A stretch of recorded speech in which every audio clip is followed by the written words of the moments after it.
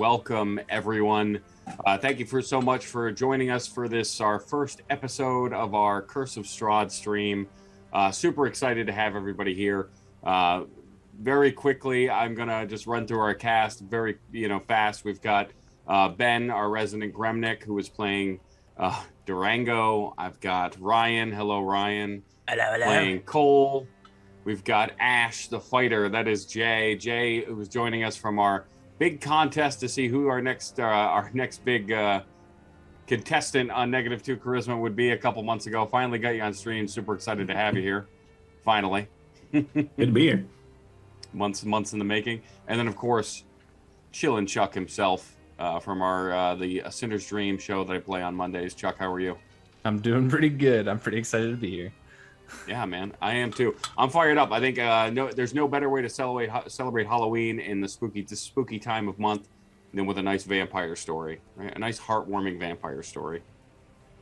Really as we always do, we're going to talk about some of our sponsors for the evening.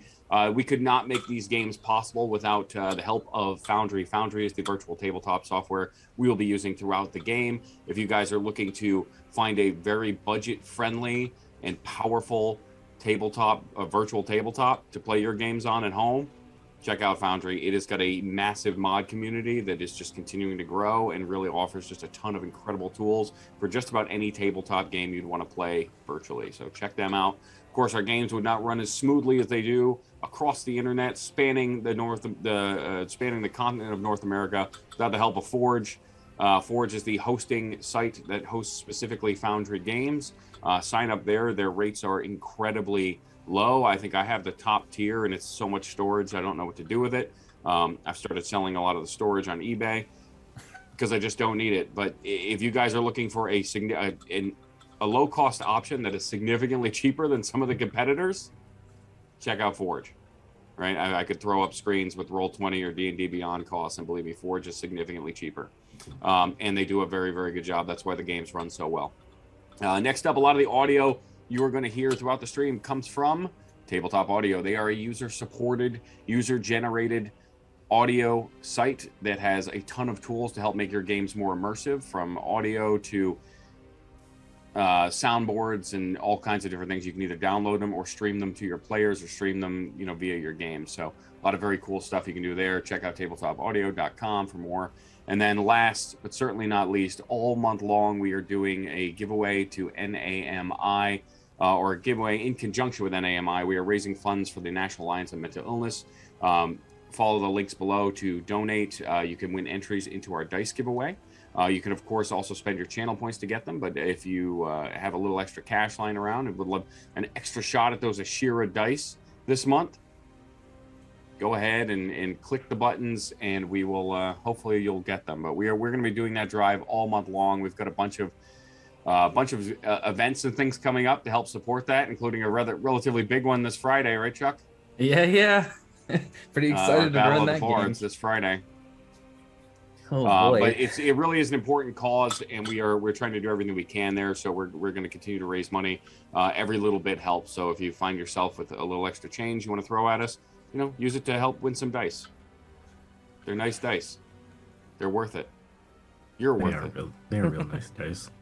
Am I missing anything, Ryan?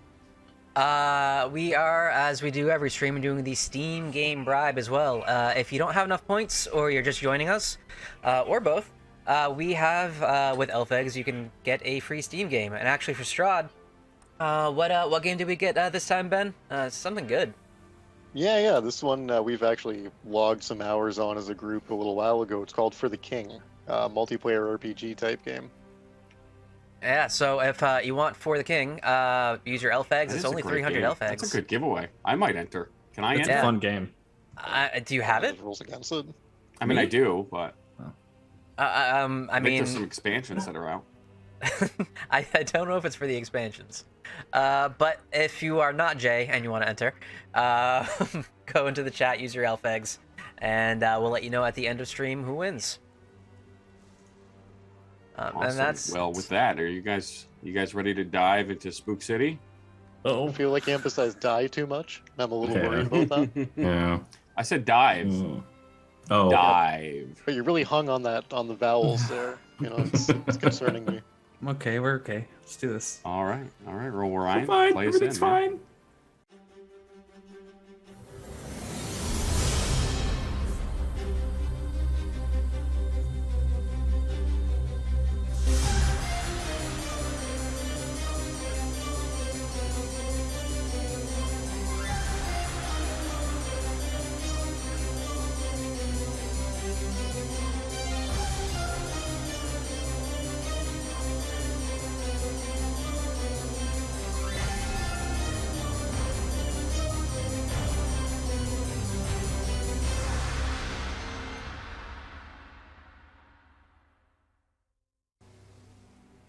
In every world, throughout the multiverse, both fiction and non-fiction, there are corners, shadows, places where the light struggles to find any purchase or hold.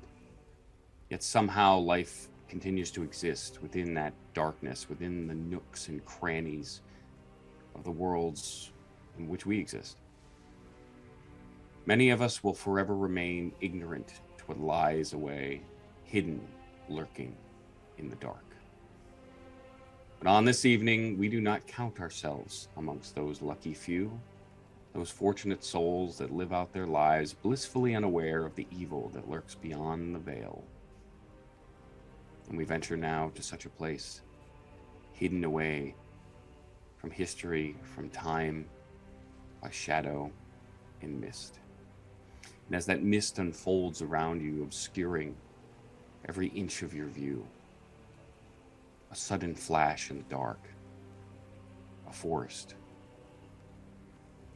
as a hunter stalks, hunting his prey, making his way through thick tree line to a small camp in the woods. An inquisitive rogue traveling a muddy path finds the same camp. And as we spurn again that mist engulfing us, we see two weary travelers, dirty and tired, as they march along a muddy road, quickly darting glances behind them. And that is where we will pick up as we zoom in on Cole and Durango making your escape. The road is dark, the night is foggy, and the chill has set into your sweat-soaked armor and garments.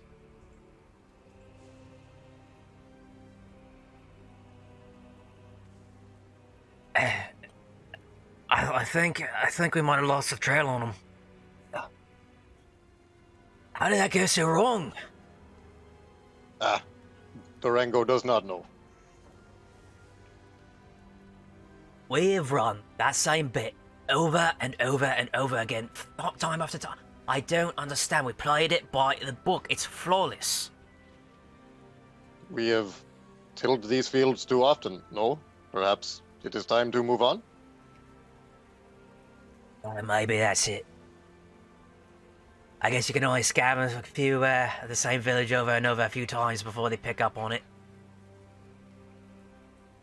Another night on the road, sleep in the dirt, no fire, hide from the people? Fortunately, I think it's a good idea. Just then, as you crest a slight hill, your boots slipping in the mud-soaked earth, a glimmer, a light in the distance. The shadows bouncing off of wagons. A circled camp. A team of horses you can make out in the dark drinking from a nearby river. As the sounds of merriment begin to just barely reach your ears.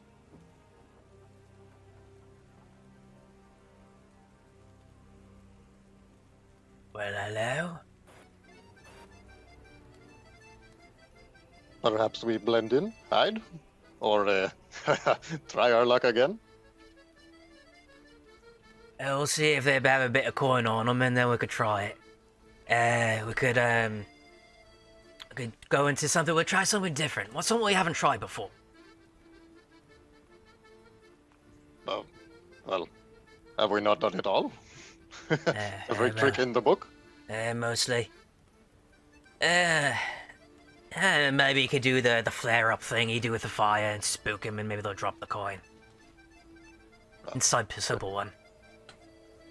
We should have a better look at the tree before we start sizing up the fruits, hmm? Alright, yeah. You know, one foot after the other and all that. And start marching in, and I bring up my jacket a little bit, make myself look a bit more proper. Durango's going to use prestidigitation to clean them both up quickly, you know, and get all the road dirt off them, get them shined up and looking heroic.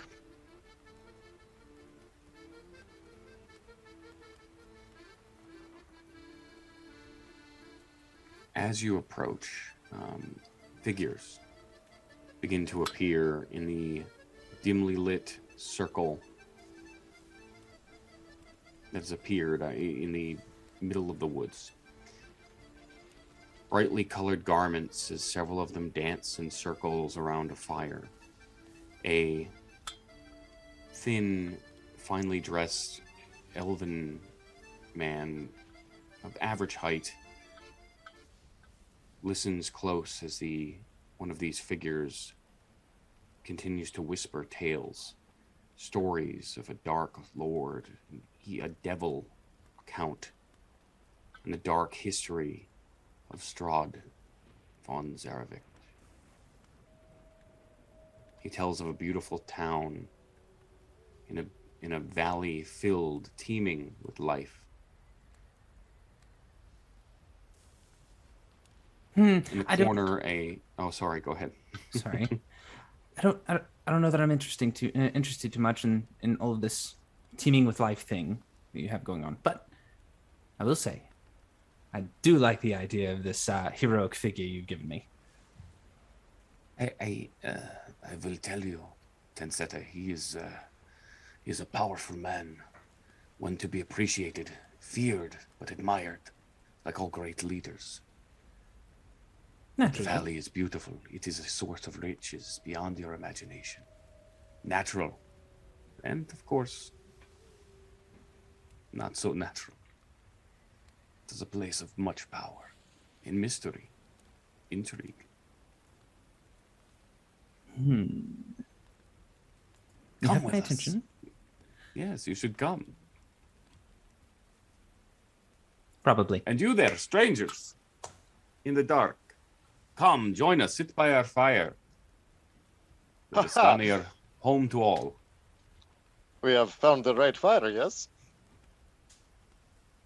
What a sight for cold bones. Well, look at these two travelers. They look like they've seen some difficult times. Well, sit, rest. Can we get you some food, some ale, some wine? It's good wine. Wine I'll skip on, but I'll take some of the ale. Did you say wine? Wine. Yes, yes. And what about you, my dark, mysterious friend? Will you not join us this evening? I'm listening, but I don't need no wine. Oh, come on. Uh, Just have a drink. It'll be fun, I promise. I'll It's have not. a drink. I'll Of give you a this couple water. gold. You're no Wait. fun. Wait, did you say gold? I have a cent or two. Maybe I will have some wine. He pats the lady on her thigh and says, "Get him some wine. Get him some wine." And when is these sort of this lithe, almost dancing young woman with this raven black hair flitters up to you, hands you a mug, and what is a modestly crafted wooden cup, if you will. But and she sort of smirks at you, Ash, underneath that hair as she sort of dances back towards the fire. Cole, Durango, similarly, several of these Vistani pour and hand you each glasses, mugs of these fruity but earthy wine. Ah, many thanks. I had said ale, but drink's drink. Ah, come now, Cole. Ah. We are guests. Be polite. In Barovia, wine is life, I tell you. Wine is the fruit of all happiness. Is there a lot of wine in this valley that you're talking about? Oh, it flows. It flows from every nook and cranny. It is a gift from the gods, this wine, yes. I would assume as much, considering that you're saying that it is very lively in this, and the wine is giving life. So it makes sense. Yes, okay, so you're picking up on my metaphors. This is good. You're quick, I see. This is a quick one. So, my friends, our new travelers, what brings you to this part of the woods? So weary and worn. We're a bit of traveling merchants that, I've gone a bit down on our luck. We're actually not on the best estates right now, so it's good fortune to find you on the road. Fortune? Or perhaps fate? Perhaps your luck is not as bad as you think, for you have found the Vistani. We are, of course, the friendliest folk you could have found in such a dark and gloomy place, yes? It's true. They're great. They're wonderful. They have lots of wine and good stories about it. They haven't kicked me out. And he's dark and gloomy. Wine and stories, yes. The right fire indeed. Come, Cole. I heard no Vistani before. You've never heard of the Vistani? We are an ancient and storied people. We have sown roots throughout this valley and throughout the land. We have helped kings. We have fought in wars. But now we roam and we make merry. For land is not for us to own. But now, as of now, we return to our home, to Barovia. Will you join us? I don't know Barovia neither. I have been many places and many foreign land, but this is new to me. Oh, come. So we set off in the morning. We are but a day away. Hey, dark and gloomy, are you coming with us? Because I'm definitely going if there's more wine like this. Yeah, I'm heading that direction. Good. I need a good story. Just hope you don't become one. Oh, my life is very storied, but we can get into that later. And with the view to, you're more than welcome to join us, or of course you can stay here for the night and make your way. But I have a feeling, again, we were fated to meet on this night. Look over Durango and might be a good chance to start over. A change of scenery could do us good, no? In my mind, mate. You are my kind of people. I like a change of scenery. Sorry, wine's getting to me a bit. Change of scenery is always good. Change of season's even nicer, depending on the season. But that's beside the point.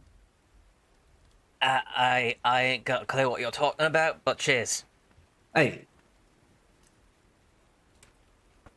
So, as we were saying, the Mr. Tensveta, is my saying this right? yes, but you can call me Tense. Tens, yes, of course. So Tens, as I was telling you, some of the Vistani we are gifted with foresight. It means we can tell the future, and we tell it through a set of cards, and none is better than our own Madame Eva. Have you heard of her? Of Madame Eva? Oh, yes. She is quite the legend. Have I heard of Madame Eva? Make a history check. I'll take it.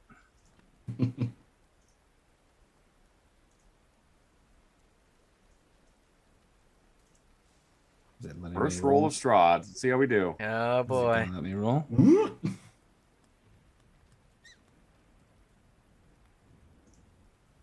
It's weird on this end, isn't it, Chuck? It is. And a 3. That's going to sum up this entire There we campaign. go. For a grand total of 4. Off No. we go. No, I Yeah. have no idea who you are.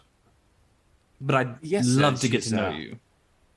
Yes, and to be frank with you, Tensvet, I think that's part of the allure here, right? I mean, these are you've never heard of these people, these stories you've never heard. You've never heard of Barovia or any of this. It's intriguing. It is. Come. She told us not 2 days ago that a group of 4 travelers would enter our camp, hailing from different directions, different stories each. And she said, when all 4 have arrived, bring them to me, and I will tell them their future. So He looks at the other 3 and he says, "Okay, we all have to go in. Just so we're clear. We all have to go for this, right?" this is what Will the it get you to cards stop told. talking? Impossible. Well, depending on the season.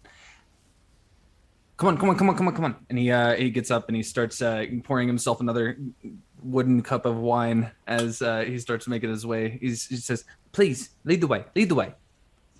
I look over at Durango and like, what's his mate's obsession about a season? Don't worry about it. Just come on." Durango whispers to Cole, like speaks in a low tone. Do you think they play the same songs as us? Oh, I'm not sure yet.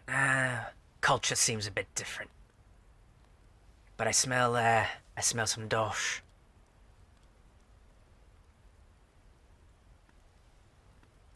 Yes, all of you, come.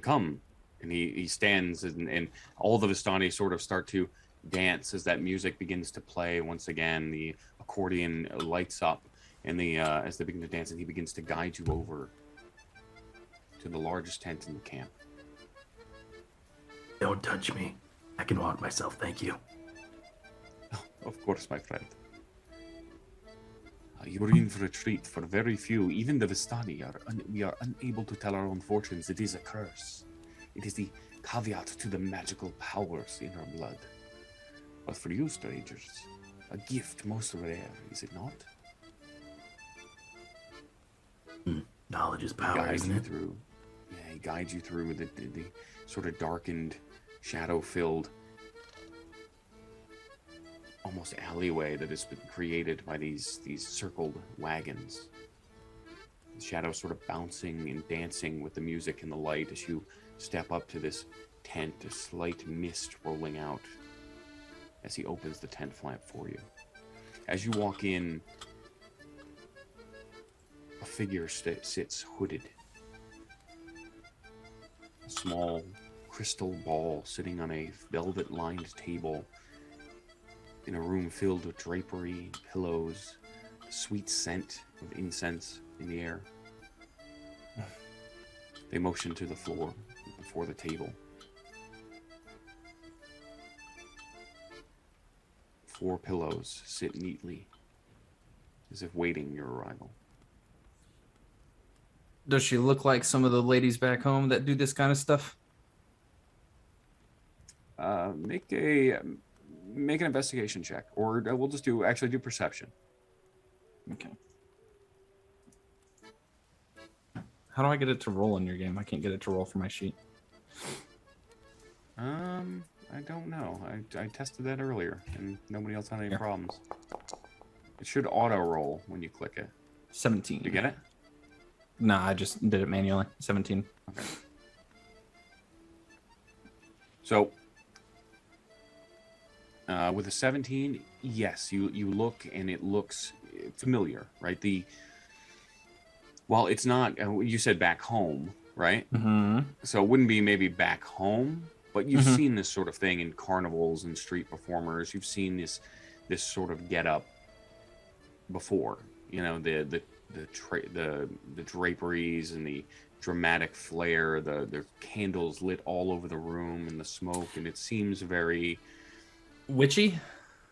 A lot of pageantry, I would say. Okay, got it. So you've uncovered a lot of these and determined them to be fakes and that sort of thing. But this seems to you like it is what those fakes would be based off of. Everything is very authentic, whereas the others had just a hint, something that set them out of place, I would say. So it seems more authentic, but you're still weary that there's maybe some other game being played, yeah? I'll sit. Like keep an eye out for the strings or the guy in the back shaking the table, that kind of thing. Yeah.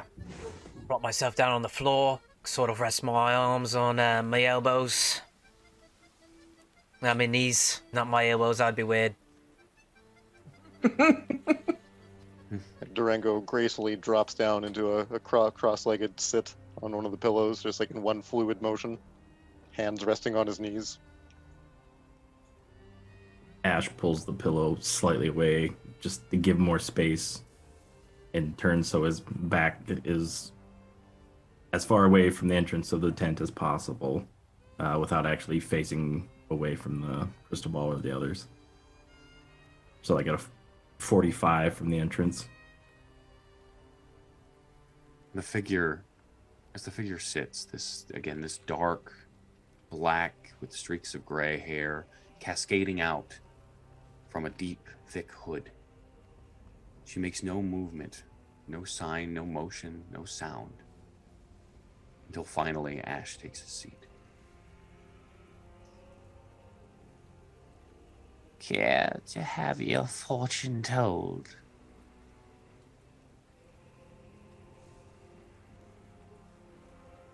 Yes. She reaches a hand out under these thick, silky robes that seem to flow down and fall off her wrists, and this pale skin underneath as she holds out this deck. It's blue and silver, an odd crest on the front of it. She hands it out to you first, Cole. Choose a card. Sort of trace my fingers above it, and just. And while I'm doing this, I'm just giving a glance over at Durango. I'm like, oh, I know this game.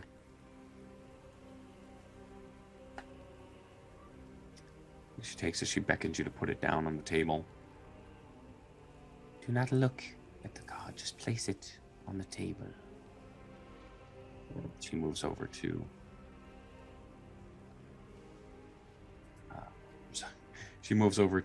you, Durango. With an eyebrow arched, Durango reaches out and very deliberately plucks a card from the top of the deck and lays it down beside Cole's. Okay. She moves over one more time to you, Ash.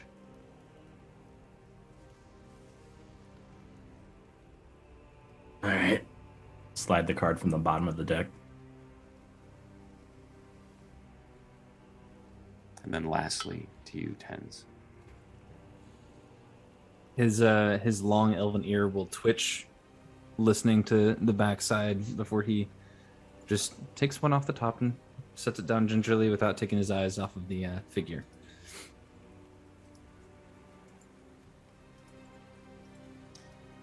Finally, she takes the cards and she arranges them each in 4 positions, north, south, east, and west, before drawing a final card and placing it in the middle.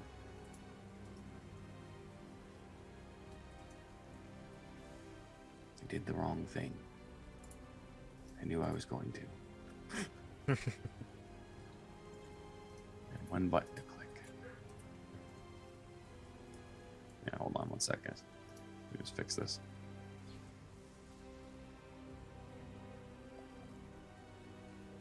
This one, I Funny, the cards say we're all about to die. What? think. Yeah, you're all dead. No way. No, wake up, Neo. Like, So she takes the cards. As she takes the cards, she first flips the first. She hovers her hand over the first one, the top card. Flips it slowly. Ah, yes. the tax collector. This card tells of a powerful force for good and protection, a holy symbol of great hope. The key to it lies with a small child. I see one of our own. I see her bound and wet. A sacrifice, a desperate plea to a cold and unfeeling oblivion.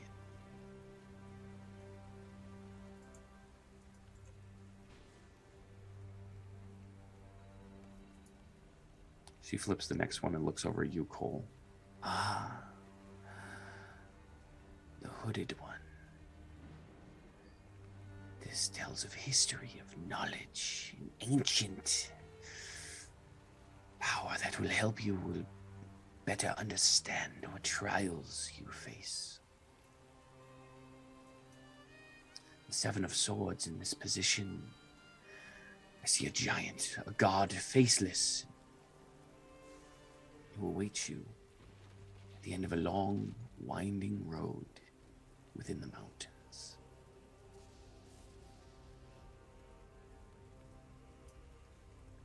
Flips over to you, Ash. She just turns her hooded gaze. This card in this position is the card of power and strength.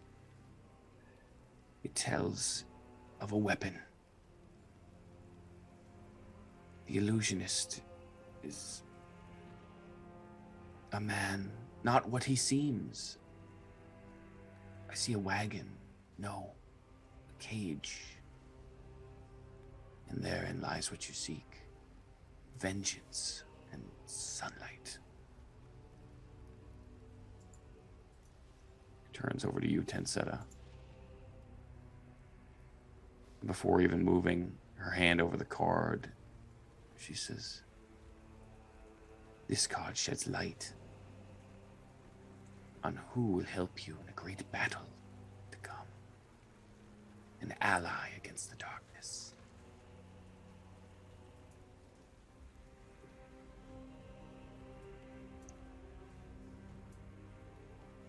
I hear wedding bells as she flips the card. The Tempter. It calls to you on a mountainside abbey, wherein you will find a woman who is more than the sum of her parts. And then finally, the enemy. She flips the last card as the rogue lands. A creature of darkness whose power is beyond mortality. Your search will end in a place of great height. The beating heart of a darkened castle beckons you to your doom.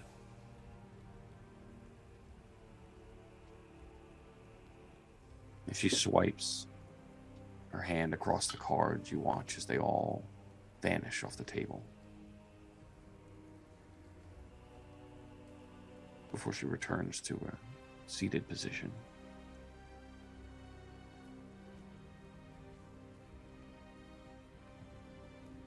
I'm going to take a quick glance at the other three and see. Just kind of get a general read off of their like physical. What's the word I'm looking for? Body language. There you go. Just to see where they're at before I respond. Cole's not buying a word. Durango looks totally entranced with everything that she's saying and doing, but his eyes are bored. Like he doesn't really believe what's going on in front of him.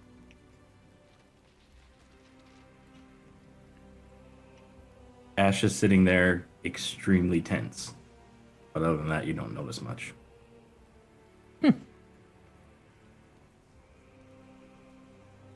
Oh. He takes a quick look around and Thank you. What? I mean, come on. Any of us could do it, right? We could just get some cards, flip them over, say something mysterious. Come on. It's true, but unfortunately, I've seen a few get-ups like this before. You see how normally, I don't know if you've been a part of these very often whenever they've been trickery, but normally there would be a slight cut in the wood over there, and you would be able to just barely see. If you can see in the dark, you can see the slightest line as this invisible line would come all the way to the table and do some things. This was none of that. I don't know. But I like stories, so maybe. Can I make an insight check on the fortune teller? Sure. Do I Yeah, go ahead and feel make like an insight check. she's trying to rub one, get one over on us? Yeah, go ahead. Can I do a cast around, look around the tent to see if I see anybody trying to Absolutely. jerk us Make a around, perception steal check. anything? Mm-hmm. That's a natural one. Cole, while I think you're... Holy moly. Oh Off to a great start, boys. No! Off to a great start. No! Oh, Jesus. No! I'm here for it. Let's do this. So Cole, it's odd because you are normally very much in control of these types of situations, and you've seen this grift as well. You've seen people perform these maneuvers, and you're not one to really believe in fate or destiny, right? Man makes his own fate. You carve your own Right. path.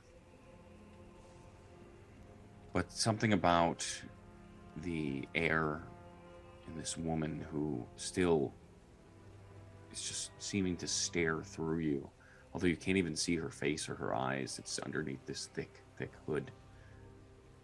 There's something irksome. There's something like looking down. You see the image on the card, that hooded man holding the sword, and it calls to you. And it's bothersome. Ash, similarly, you stare at that face that you can see it still, even though the cards are not there. In your mind's eye, that the illusionist, that card with those twisted mirror that seemed to show someone who wasn't who they were supposed to be. And it's upsetting. And it's distracting from anything else. Your eyes dart around looking for something to get you out of this. Is there someone trying to steal something to get your adrenaline moving, but you find nothing. There's just curtains and empty space. Nothing to chase. Nothing to run from.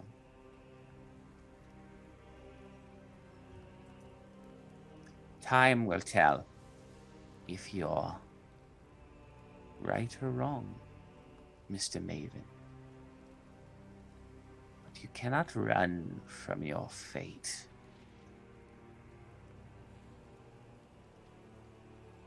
Isaikal's face just drop a little bit. Just a little. He's keeping his cool, but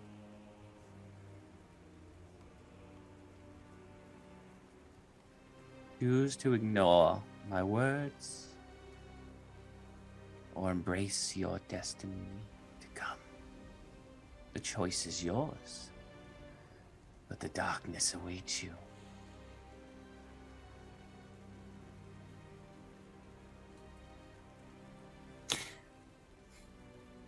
I'm gonna get up off, push myself off my knees and just laugh and walk out the door, walk out the flap.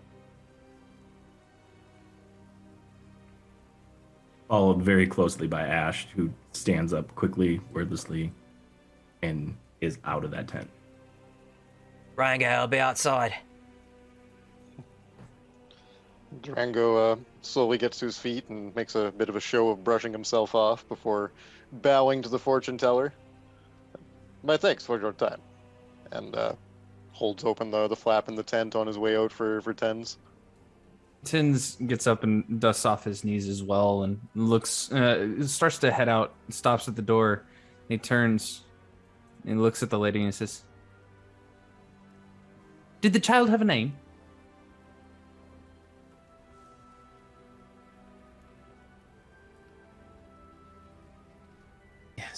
Yes, she did.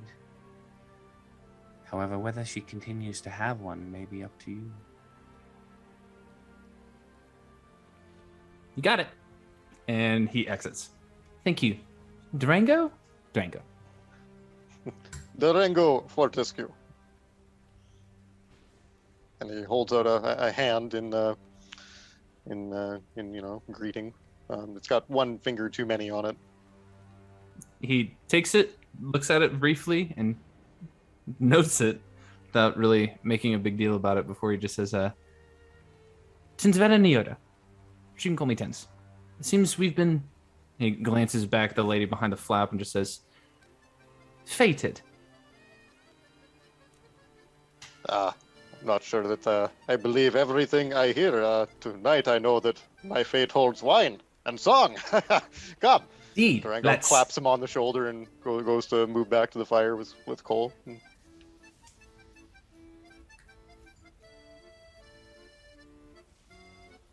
I'm there. Let's do this.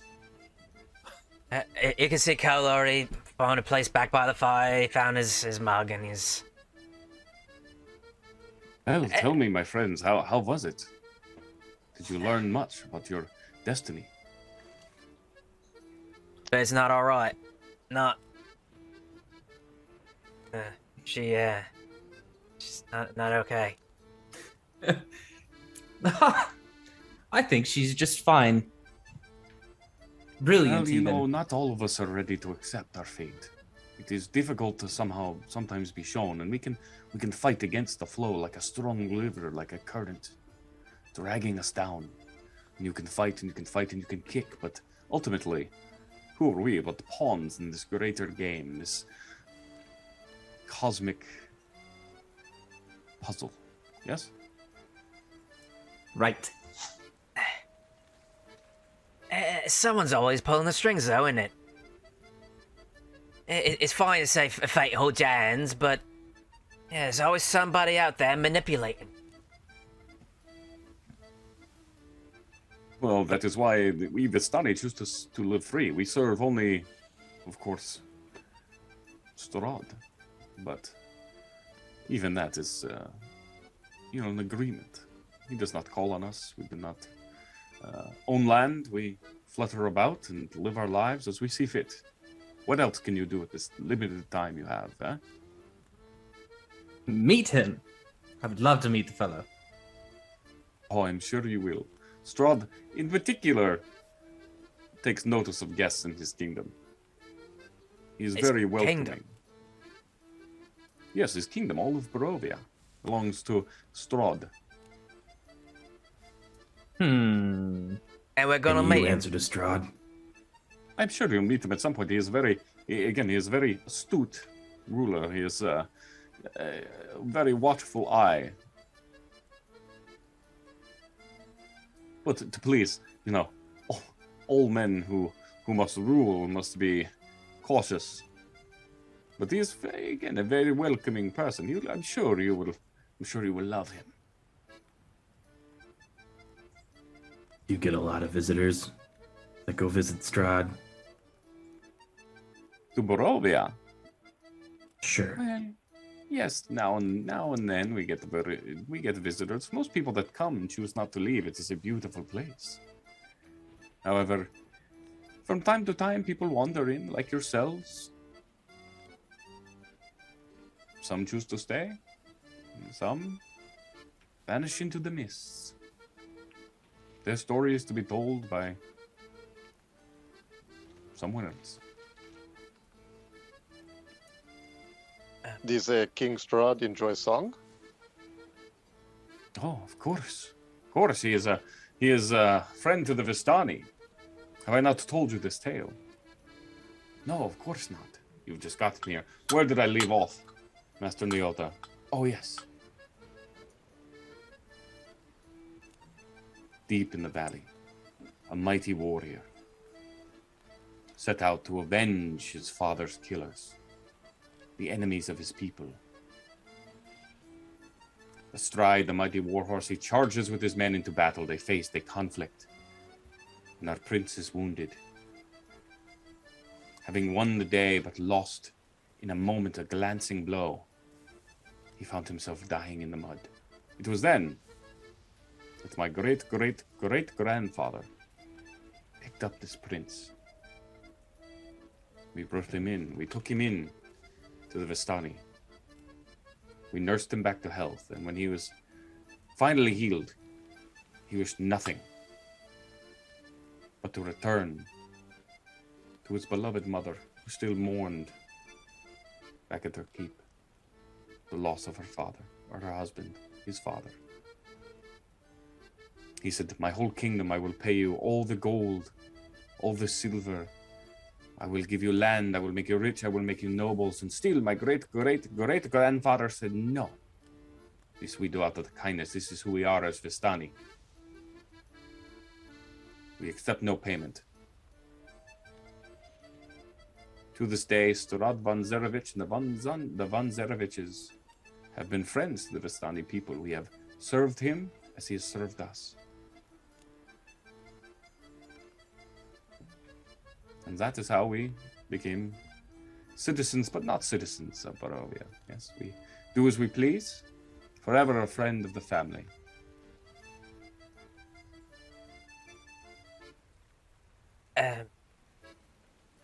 So that's about you lot. Don't get me wrong, it was very, very interesting. I'm sure that after we meet him, he'll tell us similar tales of his side of the story. That'd be interesting. However, and I start looking around at was it Tensveta? Was it? Tens, please. Tens. What's your story? Oh, I'm from somewhere very far away. There was a lot of chasing unscrupulous characters. That's all. What about you? Nudge over there, the archer. Actually, my story's not that different than his. Hey. I'm on a way somewhere. Just trying to find somebody.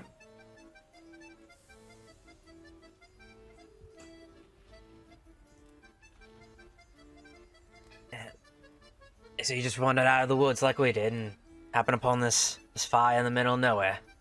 That happens a lot to me. If you wouldn't believe it, where I'm from, there's a lot of woods, you see, and the fires appear from time to time. You gotta look at it first, you know. You understand. I'm the opposite. Generally, I don't go into the woods. Because then you find people in next to a fire, and they talk to you and try to make you drink wine. There are worse curses to bear in this world, friend. Don't I know it? You're so dark and gloomy. Can I... I wonder. If you bring that barmaid back over here, I'm gonna smack you upside the back of the head. Would you prefer to be back out in the woods? Yes. I could send you, if you're willing. Don't touch me. Just lighten up, and I take the rest of my wine and just shove it at him. Ash just like straight elbows and knocks it out of your hand, stands up and kind of disappears into the darkness. What is his issue? I don't know. He's just been that way since he got here. I'm just gonna be on the edge of the firelight. If I can, I'm gonna try to find a tree to perch up in and kind of overlook the whole camp. But that doesn't mean that you and I can't have some fun. Oh, absolutely. And Durango too. You're very interesting. Very, very interesting. It has been said, yes. What do you think, Rango? Ash. Throw up a bit of a song for us. Ash, as you step away for a second, I'm sorry. Let me just step away just so I can resolve that for a second. Just give me a perception check. I'll get to the result later. But continue. I'm sorry. If our gracious host would not mind, yes. And Durango holds up his lute as if in question. No, please. But of course, join us. I would love to hear some of your songs. Hey, that's for you. Enough. And you hear as the music just suddenly stops and everyone begins to look around. Our guest would like to play us a song. So Durango makes a bit of a show of tuning his lute, takes his time with it, and makes sure to hold it a couple different angles, let it catch the light off the fire. It's a really finely crafted instrument, like something that looks fairly out of place on somebody just kind of wandering the road with it. He gives it a couple experimental strums to make sure everything works, and launches into a dramatic melody, kind of meeting the tone of the story that their host had been telling previously. The fact he has 6 fingers is actually an advantage to him playing this lute. He seems to make it work to his advantage. Or do you want me to roll on that? Yeah, go ahead and make a performance.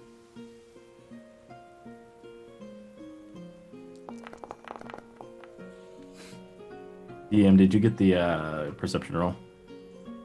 I did, thank you. Okay. It's 17. 17, yeah. So all of you watch is, still road weary.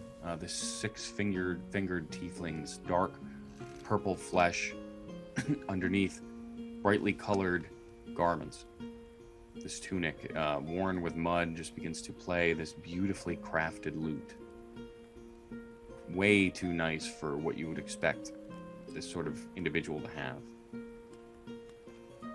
And as he strums away, the 6 fingers all working in unison to play this melody, you're all sort of enraptured. You can see for a moment the Vistani begin to start to sway, and before quickly they too begin to dance and play along with this song.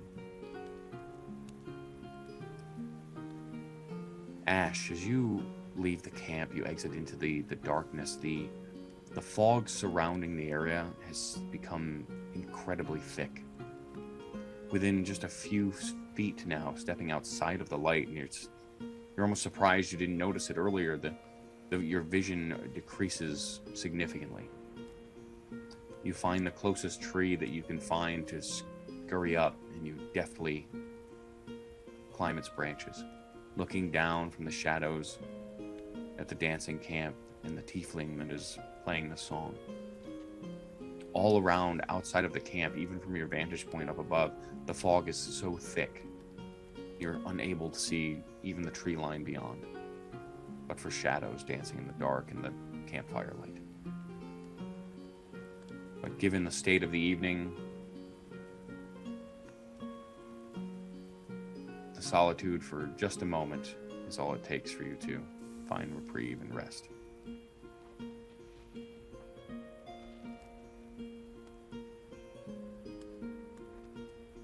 Tens, as Durango begins to play his song, you see the smirking human watching him and sort of eyes darting around the crowd. What are you doing? I think I'm gonna get up and dance with them and keep an eye on these 2 in particular. 6 fingers is a little awkward. It's interesting, and he's making it work.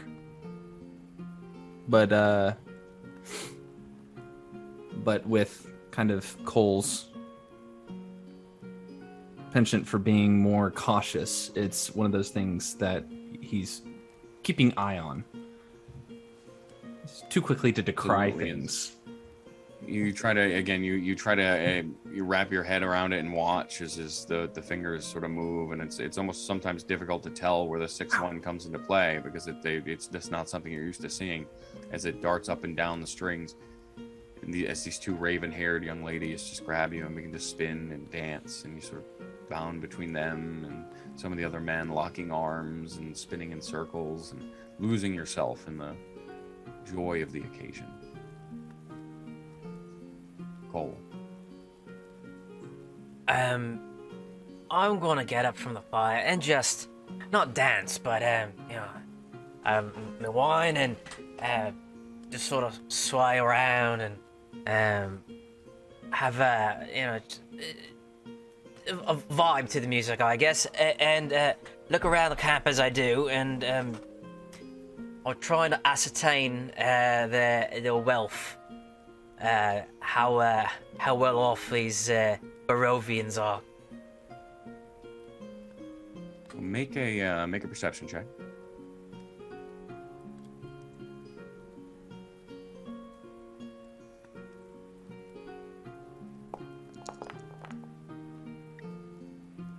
That's not bad. 17.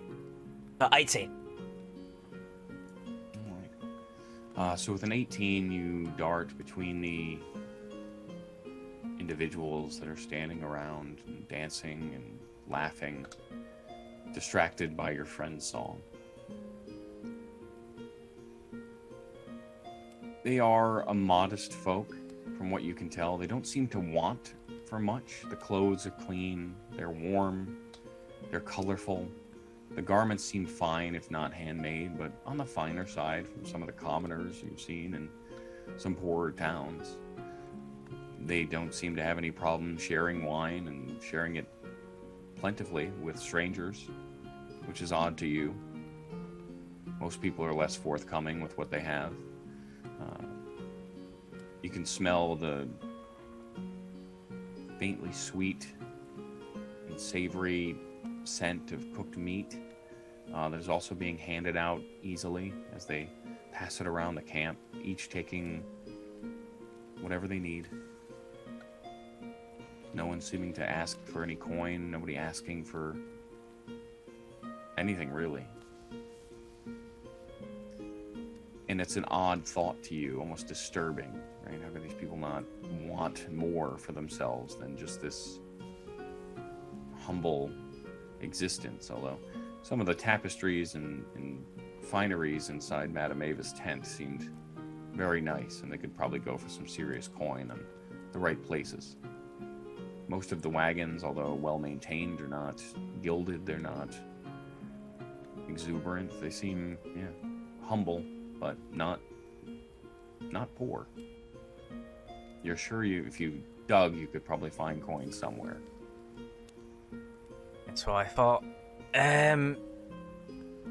That's it. I'm not going to do anything else, and just you stand on the edge of the fire and look over at the dancers and just. Yeah, I've heard the song before. It's my favorite.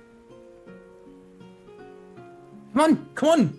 And he stops. He's doing like mid-step, keeping the step, and he just says, "Come on, join us! Join us!"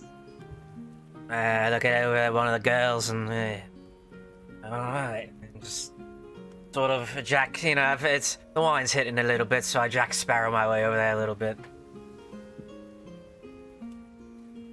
Good. Loosen up. It's not good before a big journey to be all tight. So I just grab the hand of this girl looks pretty fit, and just twirling around and not being so careful with the wine, so it's just splashing a bit. She smiles at you with those dark black locks sort of curling and bouncing as she spins with you. And as the night continues to play on, the drink flowing, and you all dance until your feet will no longer carry you and your fingers will no longer pluck, and the wine starts to hit, and you all find sleep. It's a restless sleep for many of you. The thoughts of the past looming up, intertwined with the fate that was foretold, the meaning of those cards, or the darkness that could potentially await you, which seems unrealistic given the merriment and the supposed riches of the land you seek to visit.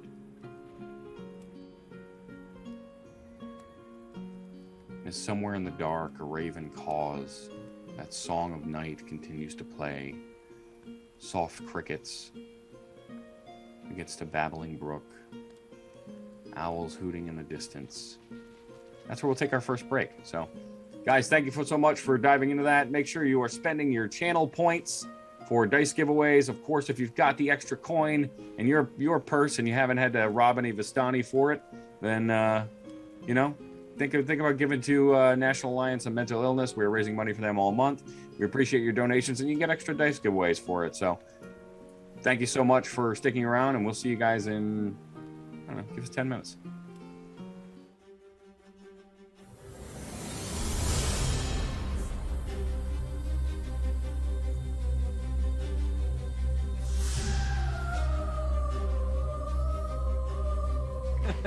Welcome back, everybody. Back, I'm muted. Yeah, so we managed to get that intro with the sound working this time, only for me to come back muted. So it's a trade-off. That's so good, though. So good. Anyways, as the morning dew begins to settle, and all of you are awaken. Some of you, all of you, blanketed and covered, with the exception of Ash, who was up in a tree. Taken care of, but still out in the open air. Nothing all of you aren't unfamiliar with, but as those first rays of morning begin to touch your skin and that dew settles on the ground, you awake to the camp coming to life and packing up for the evening. The gentleman before, who led much of the festivities the previous night, is barking orders and shouting to get everything moving as the tents are coming down and the wagons are being loaded. Within an hour or so, the entire camp is picked up and moved as if it had never even existed there. So, my friends, will you be traveling with us to Barovia? Yes? I think so.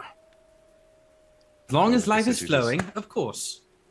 Yes, of course. It is but a short day's journey from here.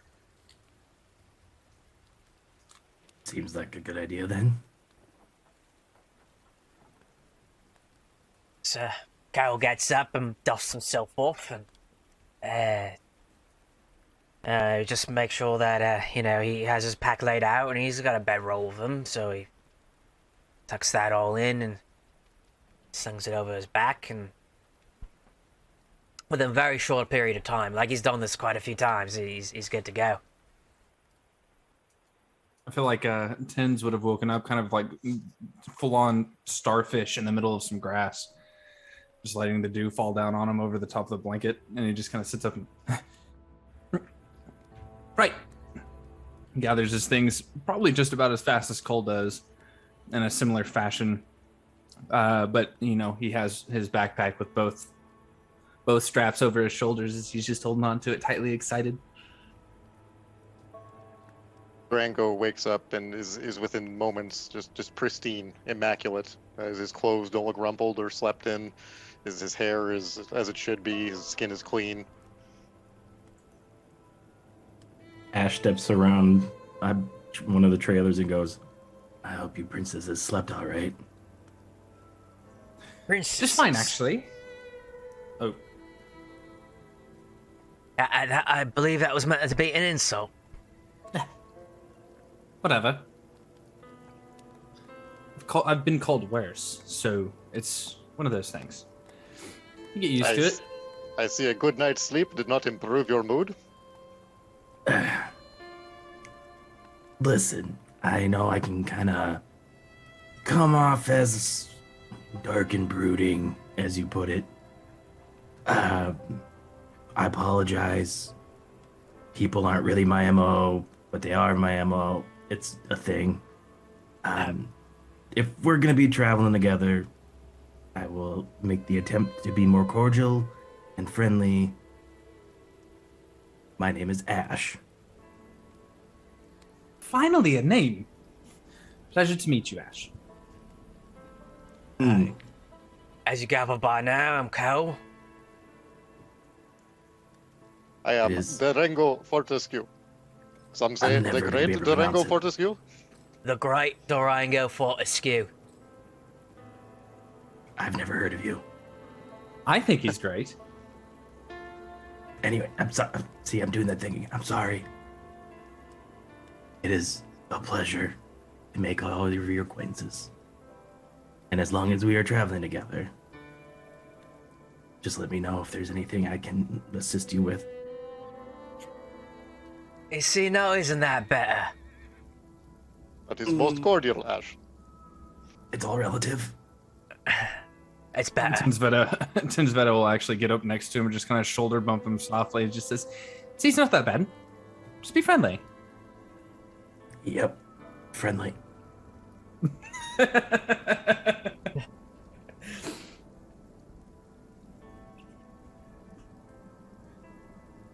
Is there any wine left?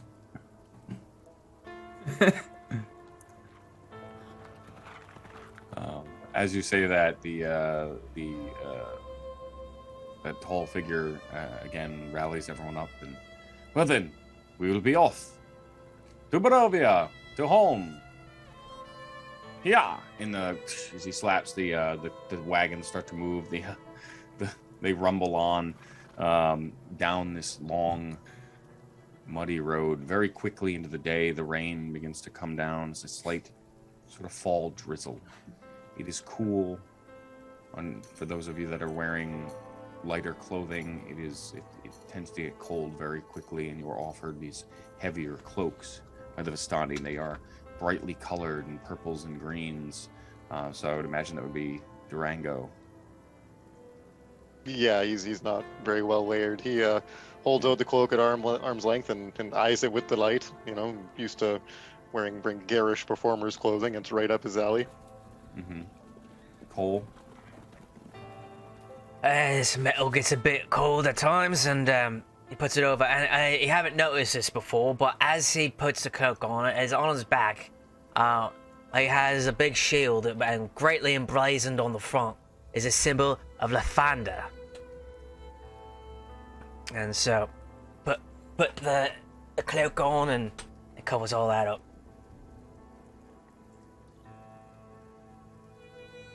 Tinsveta. I like being in the rain. I may put it on whenever things get a little bit chillier, though may not be necessary other days. Thank you, I appreciate it. And he'll slip it around his kind of colonial jacket that he has on to begin with, and just make sure that his rapier is pointed in a way that won't go tearing anything. And Ash. Ash takes it and just kind of holds it up. Friendly. Looks at Tens. It is bad Friendly. luck it is bad luck to refuse a gift from a Vistani when traveling in the road. I do appreciate it. It's just a little not my color, but I can deal with it. Thank you. It looks good on you. Thank you. I think that might be a smile. I think I almost see a smile. We'll He work gets on one. him. We have a day.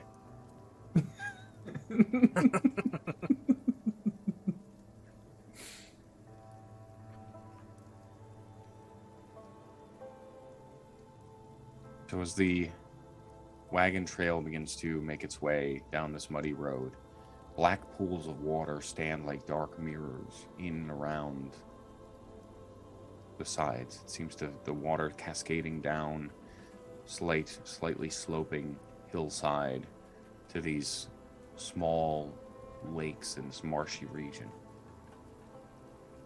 Giant trees loom on both sides of the road, their branches clawing at the mist, like talons of some great beast reaching out of the earth to grab at the sky.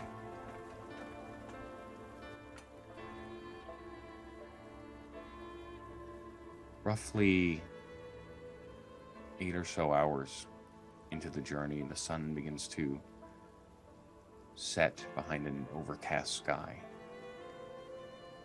Not quite dark, but night, maybe just a few hours away, the trail leads to a massive stone wall, the likes of which you've never seen before. For those of you that have, I guess, outside of any sort of major city or citadel, these headless statues guard the entrance to the valley of Barovia. All around you, the fog spills out of the forest as if swallowing up the road behind you. All around these impenetrable woods on both sides of the road, these high stone buttresses looming gray in the fog. These huge iron gates hang on stonework. Dew clings with cold tenacity to these rusted bars.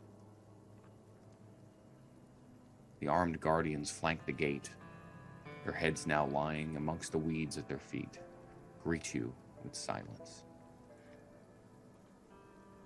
Impressive, no? What are they? They are the guardians of this land, or at least they were once upon a time.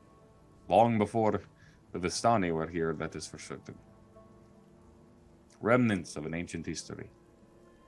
But they serve as a gateway, a foothold into the valley of Barovia. Were they part of the war that the prince got hurt in? Perhaps that would be a great story, no? Yes. Yes, it would. Ah, well, I will see what if I can. I will ask around, I guess, and see if there are tales to be told. I've heard nothing of the creation of this wall beyond that it has always stood here for, again, long before my people were ever here. I ain't Well, that never makes seen nothing sense. like it. Oh, sorry. No, it's good. It makes sense if it's your great grandfathers that made the connection with the prince, right? So that makes sense. That you Yes, wouldn't yes, know of much course. about it. Yes, and it is older than that, for certain, so. But we are close now. Barovia we will reach by nightfall. As we're walking by, Ash is going to take a closer look at the heads and see if there's anything significant about them that can be gleaned. Make a perception check. I think Tinsvita's in the same realm of thought. Yeah, I'll give you each one. Go for it.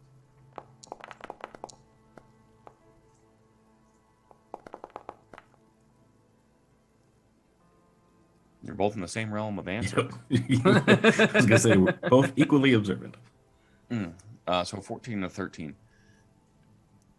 The faces are... It's hard to distinguish any features that would make it stand out as being a particular sort of nation or race that would have created these, other than that they look vaguely humanoid. And they stand the way you would imagine human knights of old to stand. Although the stonework looks more complex than something most humanoids would have been able to do previously, perhaps dwarven help, some sort of elven assistance in that nature, but realistically non-discriminate. It's very difficult to tell any sort of detail beyond the architecture and how impressive it is and daunting. Whatever had once upon a time existed in this valley, somebody wanted to keep it to themselves. He'll saddle up beside Ash and kind of point to some of the erosion on the heads, and he just says, "See how it kind of goes around that edge right there? We've been here too long. Too long. Someone should have picked this up. It should be tidier." Yeah. Seems like somebody would have fixed that by now if this was a valley of life. Well, this isn't wine, so why would this be taken care of? Valid point. Wine is always more important. It is life. Sometimes we find it's best to just let the past be buried, no? We make our own history now. Couldn't agree more. And what the I use can't of the believe- walls to the Vistani, yeah? I think a better question is, if this is Strahd's territory, what use are walls to him? Precisely. And as the wagon train continues to march past the walls, that fog just looms and seems to close in around you as you step forward. The woods beyond are mirrors of the woods that you just approached from. They are towering trees, the tops lost in the heavy gray mist. They block out all but this deadly gray light. Tree trunks are unnaturally close to one another. The woods are packed tightly, and they seem to have a silence, almost like a forgotten grave, yet they exude this feeling of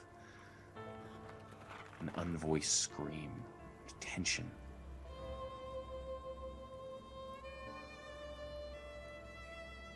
Ash is gonna pick up a stone and toss it into the trees. Give it a good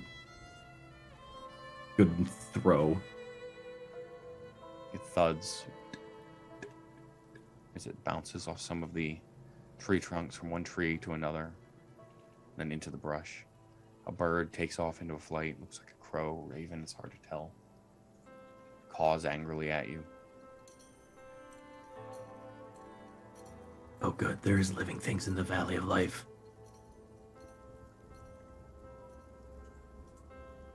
It looked like no wine country I've ever seen.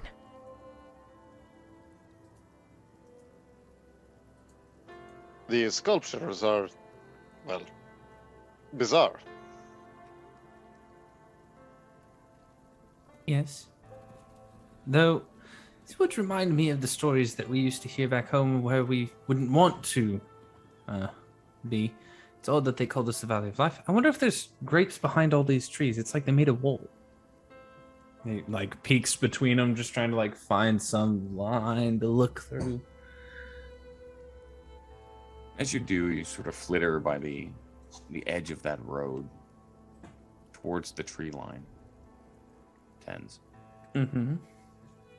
Well, you don't see any signs of grapes, but you know, grapes require a lot of water, and maybe there's some sort of water source in this valley, and your brain starts to put all that together. And for a moment, you almost feel like you smell grapes, like fresh wine. That sweet scent, but then that bitterness hinges it. It's not sweet. It is decay. It is rot. It is the very familiar scent of death in the air. Oh, the sacrifice, of course. And not a metaphorical one, as if there is something dead nearby.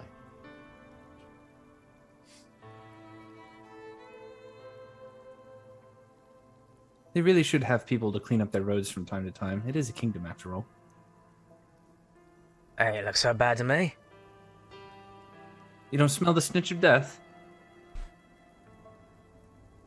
I'm gonna sniff at the air, and I'm gonna use a divine sense. Make a perception check. A natural one. Jesus, we're not surviving. Guys, I'm sorry. I'm sorry. Your one divine shot. sense picks up nothing besides the obvious, which is your own friend. Yeah. Other than that, there are no signs of anything fiendish or undead in your vicinity. Nothing illuminates in the gray, and you can't quite make out the smell that he's talking about. To you, it smells like autumn, the rain bringing a sort of musty, the musty smell of changing leaves and autumn foliage. I smell leaves. I don't smell no corpses. It's a weird thing to say, I smell leaves. I smell leaves. That's a weird thing to say. I'm just saying. Like, Sometimes when Durango smells a strange thing, he needs to check his boot. Kyle looks down and checks to make sure you didn't set something. yeah, I think Tens is in the same realm. He's like peeking inside of his boot, making sure his sock is not too wet. But he knows what he knows. Oh well, must just be me then. He fingers the hilt of his rapier ever so slightly.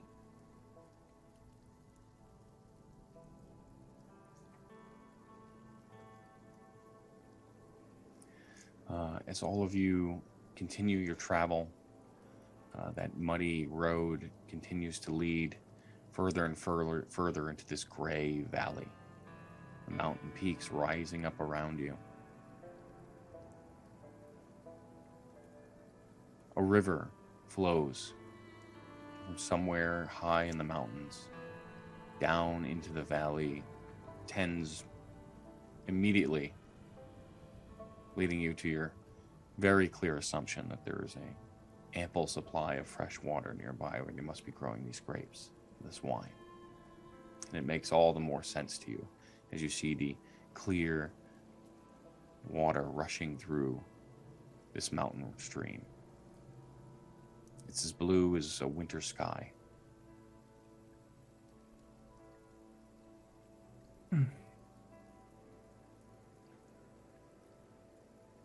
Valley of life indeed. Now we're getting somewhere. The troop begins to cross at these arching stone bridges that span across this 50-foot wide river of rushing water.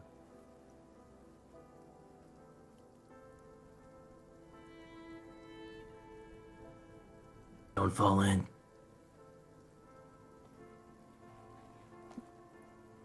I think Tens is gonna stop and like just look over the edge and down at the water, see if he can see anything down in it. Make a perception check.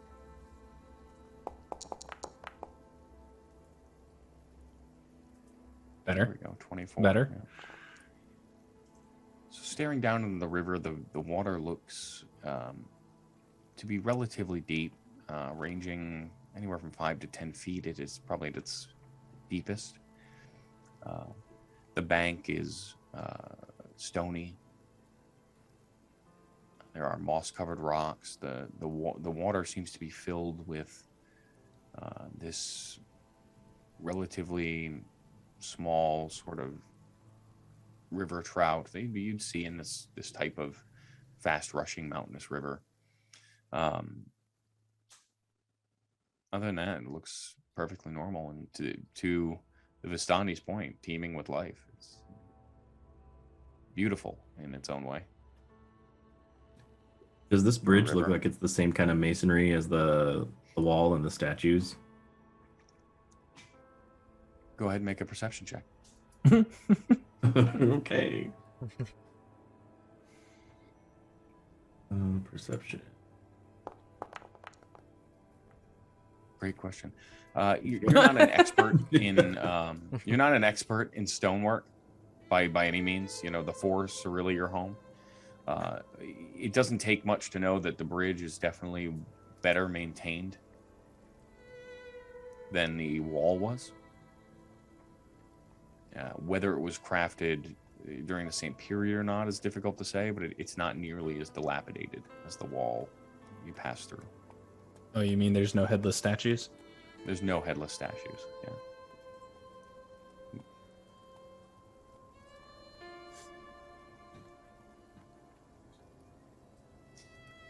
As the sun begins to set, and you make it further and further along this muddy road, tall shapes loom out of the dense fog before you. The ground underfoot gives way to a slick, wet cobblestone. The tall shapes slowly become recognizable as village dwellings. The windows of each house stare out from pools of blackness beyond. For a town, it looks gloomy in the fog, in the rain, which could be written off as normal. But there is an eerie silence that hangs aggressively in the air. A stark contrast to the previous evening of merriment and song. For a moment, you almost feel you hear a mournful sob echo through some of the streets in the distance. A few birds fly by, swoop down. One of the Vistani turn to you and say, "Well, we have arrived in Barovia." Does this fog ever go away? I'm so sorry. One at a time, please. My comment is not that good. Mm-hmm. Ash, you can go ahead. Does this fog ever go away?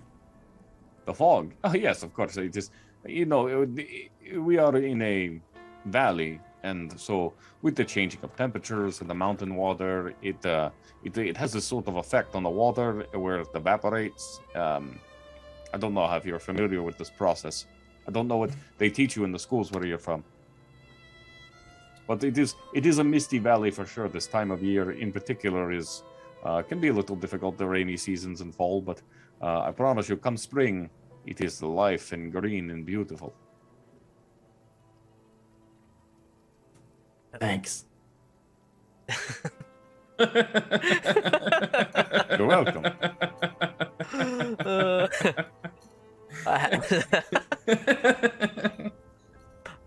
Looking around, all these like hovels, are they, or are they like brick and mortar? And you know, what kind of state are these structures in?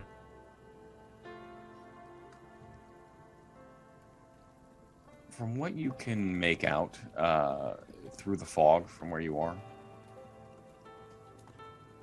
the buildings look normal, and I say that as, you know, it's a very typical town. I would say honestly, nothing is really falling apart, if not a little lacking in character, if that makes sense. It's not. Nothing is extravagant, nothing is lavish, nothing is like jumping out or boisterous in any way. They are functionary, and everything is well maintained. But it's, again, through the fog, it's gloomy, and it's difficult to see through the rain and everything else, so it's kind of hard to make out anything else. But there's nothing falling down. They're not ruins or rubble, or they don't look like they're in significant disrepair. They just look sort of bland. Okay. And Durango nudges Cole with his elbow and holds out one hand flat. He does this discreetly, holds out one hand flat and makes a motion like a chicken eating from it, like the other, like saying, you know, people look like yokels. Yeah. Mostly, yeah, I think. And looking around, you know, I guess the fog's real thick, but is there like a governor's building or something? Something that's it looks like it'll be an official of some sort. Wrong map.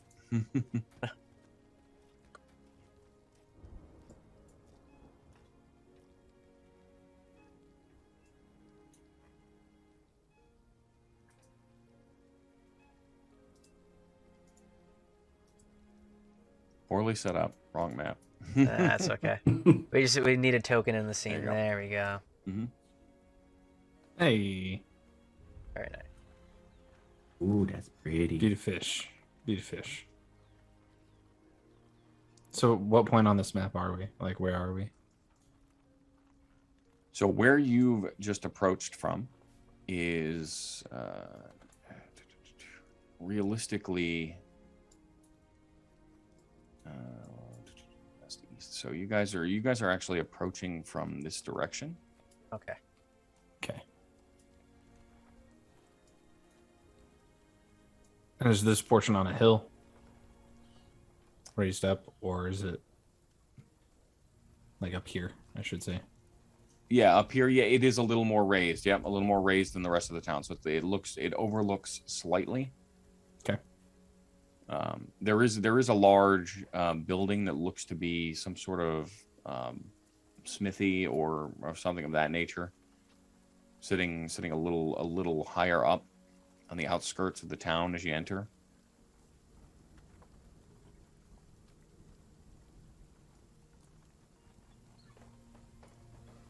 That tall Vistani, the sort of leader of this troop, comes up to you again, and he says, "Well, my friends, you're more than welcome to continue on with us. We make camp a little ways past in the falls, where we will be for probably throughout some of the colder time. We will wait out the winters there. But feel free to venture around the city. There are taverns. There are plenty of places to go. Of course, you're more than welcome to come and visit us, but we don't want to keep you. I know you're all looking for something, and perhaps Barovia can be that place." Well, where are you heading to next? You said you're going to the falls. Yes, it's just a little past the city. If you continue your journey west outward of the city, you will find us. And where will you be after that? Just so I can be clear, because I know that we may not be going. Well, I may not be going out to you immediately afterward.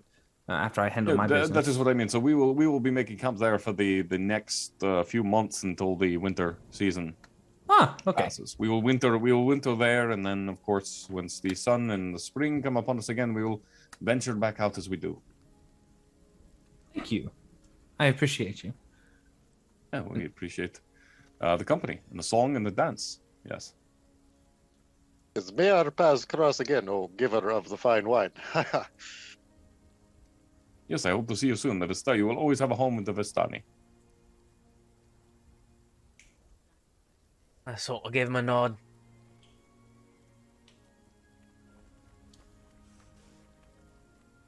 Ash does the same thing. He just kind of gives a little salute.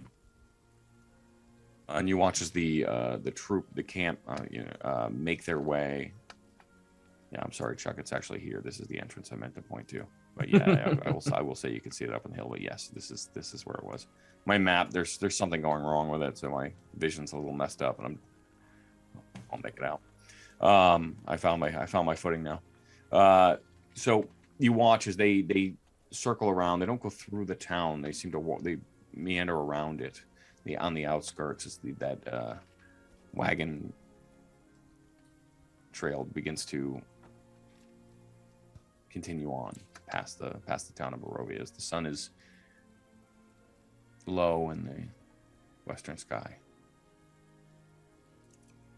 Tinsveta looks at the other three and just goes, "Well, anytime I go to a new town, first place I go is the first house I see.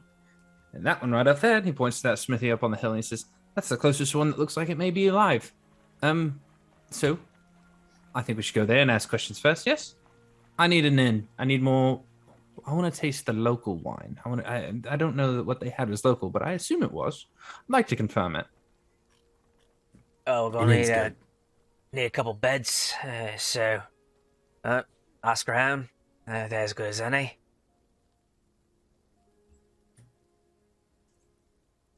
Yep. So I just sort of nudge Rango and start walking up to what was it? A smithy? It looked like. Yeah, it looks like it. There's heavy smoke pouring out of the chimney, and it's giving off that faint smell of charcoal and iron as you approach. Which way do you guys take, by the way? Are you going into the town, or are you going around the side? I don't believe in roads, so I'm going straight towards it. Okay, so you're walking through the houses and backyards and everything. Yep. So as you follow, all of you follow Tens. No, we're not following Tens. We'll make our way around the long way. And... Okay. Come on, then. It's just land. We're a just bit like the more Barovia. It's civilization. You just can't go running around. It's civilized. Come on. How uncivilized is it to just whatever? Okay, fine. Civilized, and he follows the others. Oh, thank God! I thought I was gonna have to do something stupid. I just walk on property. Yeah, I'd be invited in. Well, it doesn't sound like they own it anyway. If you were sitting here and someone's in your backyard and you sit in your house and you see someone there and walk just trouncing their way through, I wouldn't have a backyard because I don't have a house. So, well, people do, and that upsets them. well, yeah, but I don't think they're going to be coming out casting spells at us and throwing knives and whatnot. Just because this place looks nasty and derelict and nothing like home, it doesn't mean that it is. The people here are perfectly fine. If the Vistani came from here, surely the other people here are going to be just as pleasant. I ain't seen no Vistani walking through the yards. And people As you are say that, people. Yeah, as you guys are starting to look around at the townsfolk, several of them have stopped in whatever they were doing. There were people working on, they were repairing things or moving with buckets, and the townsfolk, although relatively ordinary looking, are staring at all of you. I'm used silently stopped and staring at all of you. As Durango notices the attention he's gathering, he starts to wave merrily at them, bow at others, wink at others, you know. Used to being the center of attention, he tries to play it off. In particular, Durango and Tens, you two are a particular eyesore. They are boring these silent holes into all of you, into the two of you as you walk through the town. I mean, it makes sense. His skin's a slight tinge green, and he's got a slight tinge of green to his hair. I mean, even the cloak has already started to match the rest of his his general demeanor. He's just like, evening. Ash is gonna drop back, take the coat off, stuff it in his backpack, and be a couple of yards back off the main group that is drawing all of this attention. Tens isn't gonna let that happen. He looks over his shoulder and just says, "Ash, come on." Ash. Okay. Wear the cloak. Wear the cloak. It's friendly. I'm not putting the cloak back on. It's friendly. No cloak. You're the worst. Yes. Okay. Ash, as he's talking to you, just beyond, as you sort of quicken your pace just a little bit, annoyingly, to catch up with this loudmouth that you found yourself with. Just beyond him, for a second, you feel like you see a small girl, roughly the right age, as if walking past him, and then never coming out the other side. You know, so he's like blocking your view, and then gone. Ash is gonna reach out and just kind of pull Tens past him and look very confused. You okay? Yeah. Just thought I saw something that was really cool. You what? Yeah. It was super awesome. I wish you could have seen my imaginary thing that I saw. You Insight guys check. would have loved it. Yeah, I was gonna say, can I insight this guy?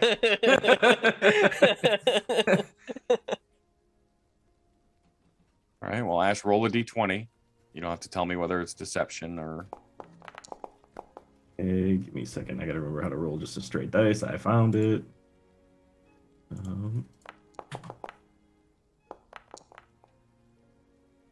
You Oh my...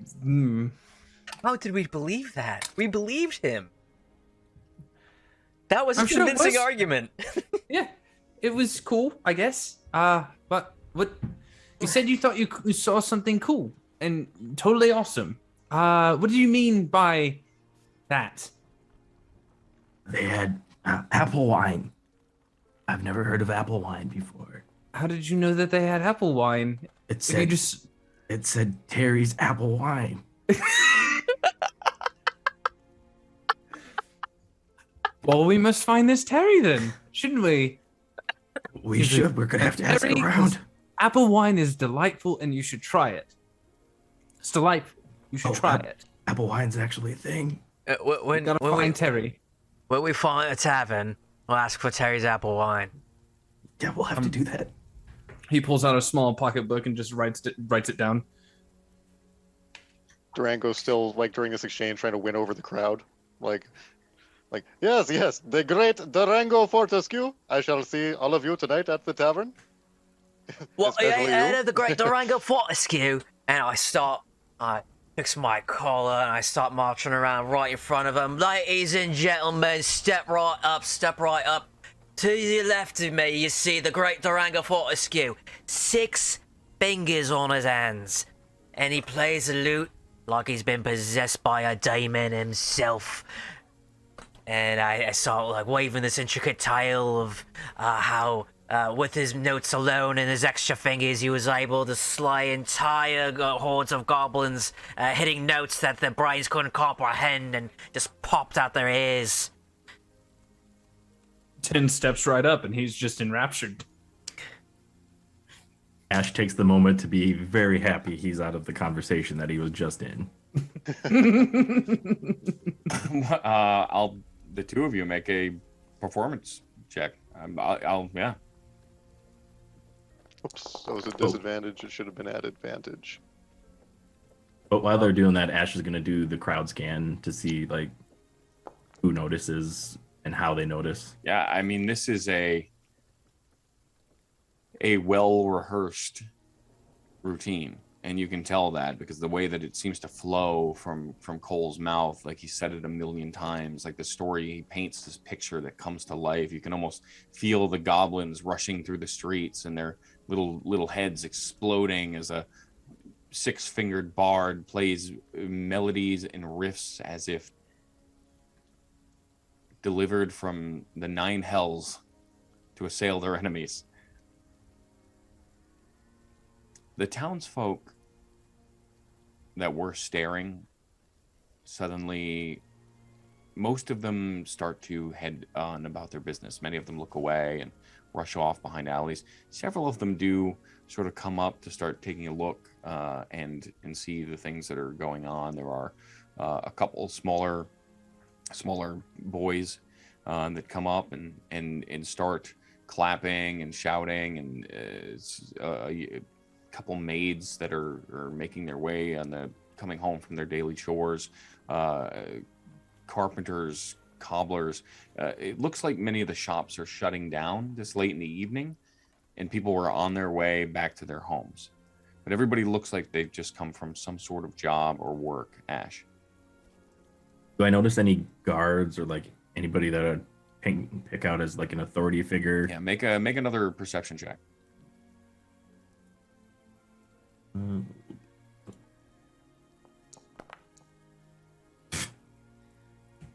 Yeah, it's very difficult to pay attention because people are moving in different directions, and Cole and Durango are very distracting with their performance, and you've never seen this before, so you keep catching yourself also looking at what's happening around you, and being drawn and kind of sucked into that.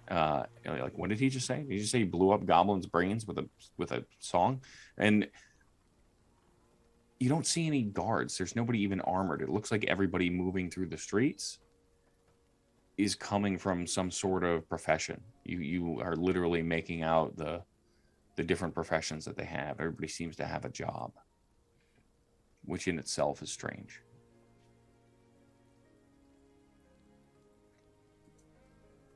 Communists. Knew it.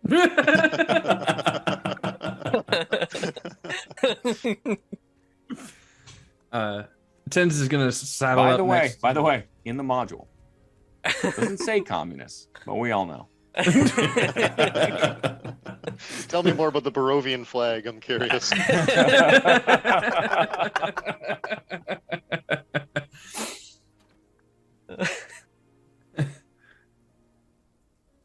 Not going there. Not touching that. That's going to my notes, just communist with an underline.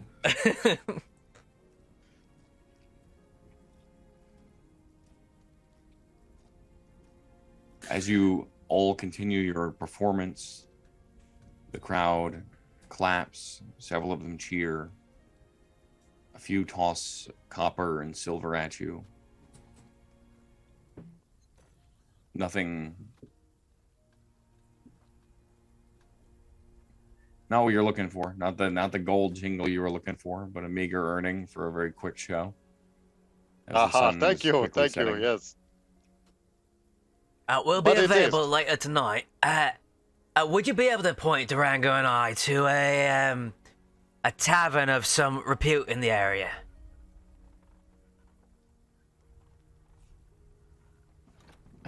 A man looks at you. Sort of looks back and forth. Yeah, well, there's a few you could go to. There's the Lord of the Vine. That's probably where I'd head. And we shall see you tonight, sir. Correct. I look forward to it. We don't get much new song in these parts, so yeah. I think I might make a visit.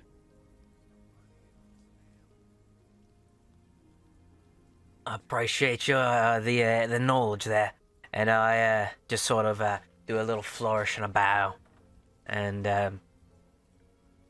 head back to Tens and Ash.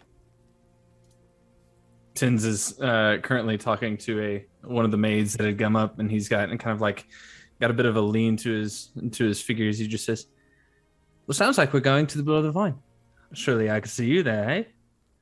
Please say yes." Well, I don't know. Come on. I promise it'll be a good time. Oh, I probably shouldn't. She looks at her friend, and they're both sort of giggling. You can come too. Come on.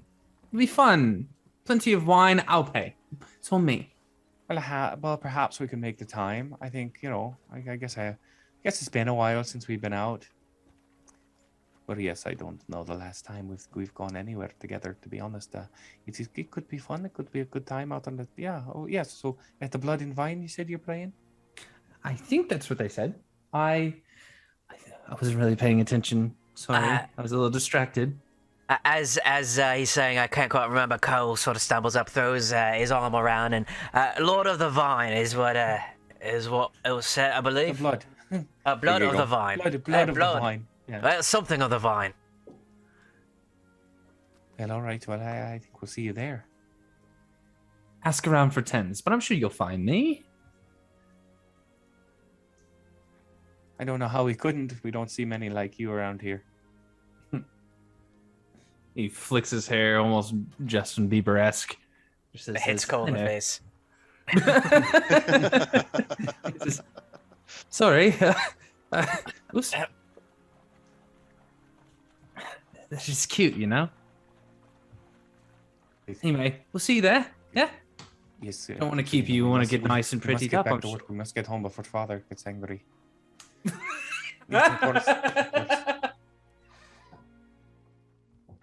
Oh. As they hurry Cole along, slowly takes his arm off of Tens. keeps offering backwards glances at you as they hurry down the streets, those wet cobblestones. So Blood of the Vine. Blood of the Vine. Blood of the Vine. Blood of the Vine. Blood of the Vine. Blood of the Vine.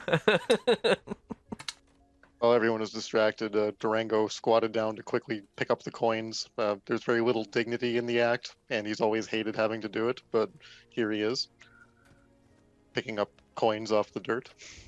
Yeah, and you pick up 6 silver and 22 copper pieces. Not the worst take he's ever had. Ash is going to sidle up to somebody who's still hanging out and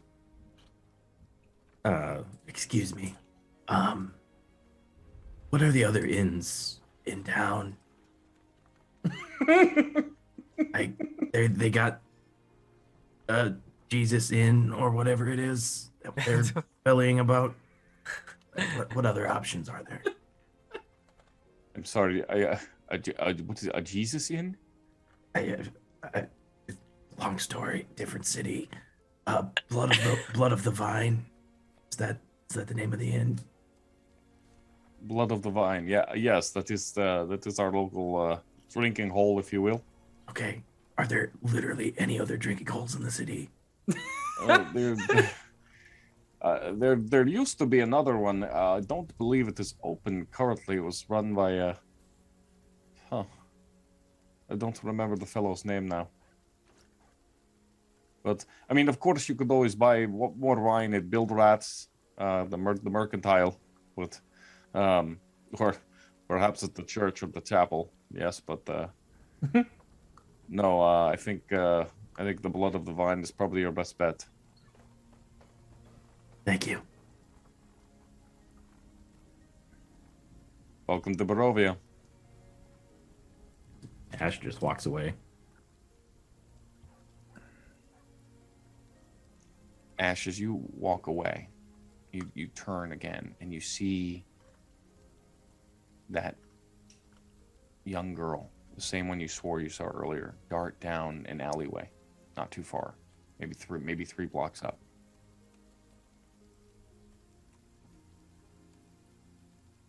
I'm gonna speed walk without running, see if I can. I'm gonna move quickly without trying to make a show of it to look down that alley.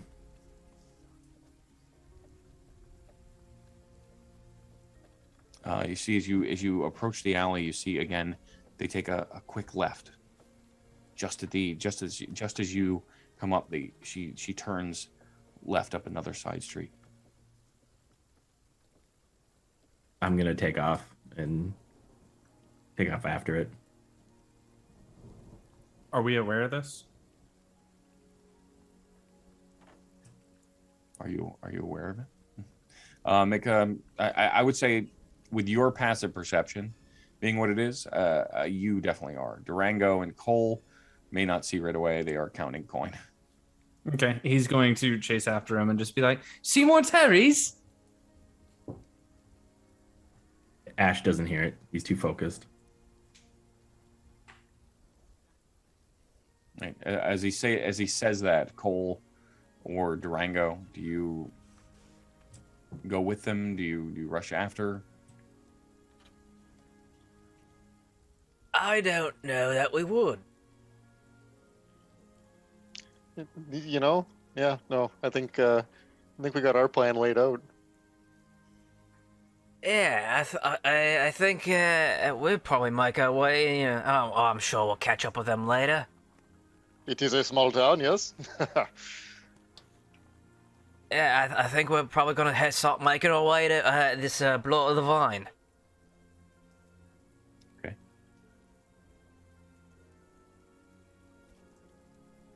As you Tens, you rush after Ash as he darts through alleys, and you chase after him through them before you end up on another smaller side street outside of the main street itself. A row of tall brick houses lines the street. These ones, unlike some of the others, have seen better days. They are in slightly less repair than the rest of the town, although blocked by many other houses that have been taken care of. As you turn, you see a small girl, roughly the age you're looking for, as well as another younger child, eloquently garbed in these dark blue, purplish robes, gold chains, holding these tight red capes. The young child holding a stuffed animal, a small doll. As they sort of sob, and the young girl turns to the boy and, "Shh, it'll be all right now. Don't worry, it'll be okay."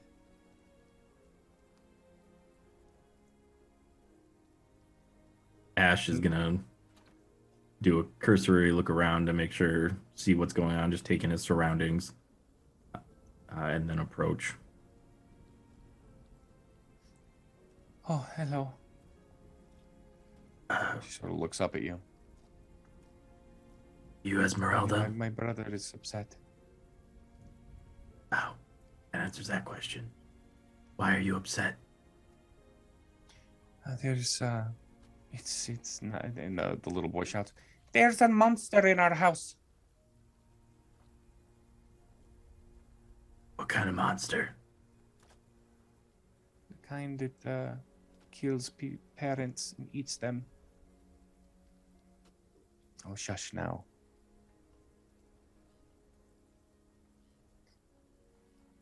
But he tells the truth. I don't know. There is something in our house. It is scary. We don't know what to do. Why don't you call the guards? And there are no guards that will take care of us.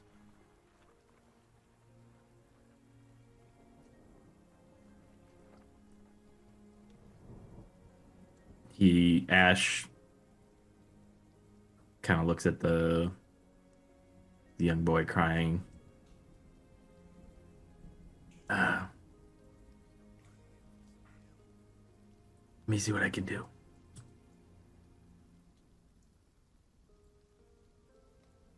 Do I notice Tens hanging out behind me? I was gonna say, I think Tens would just be sitting, like leaning against one of the walls nearby, just fiddling with a ball bearing in his hand, listening. Not really doing anything. You'll go into the house. You'll fight the monsters. Yeah. I'll fight the monsters. Oh my God! Do you hear this, Thorn? He's going to fight the monsters for us. It'll be. I told you it will be okay. It's right there. And she points to right across the street to this looming brick house. Again, slight disrepair. It is in a number in a row, but this one is more worn than the others. The windows are all dark in the front. A gated portico sits on the ground floor. The gate is rusty and slightly ajar. The houses on either side both also seem to abandon. The windows are boarded up, but they are in slightly better state.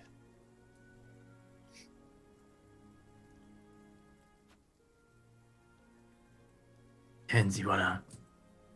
Let's get these kids to the inn. What'd you do with the other two?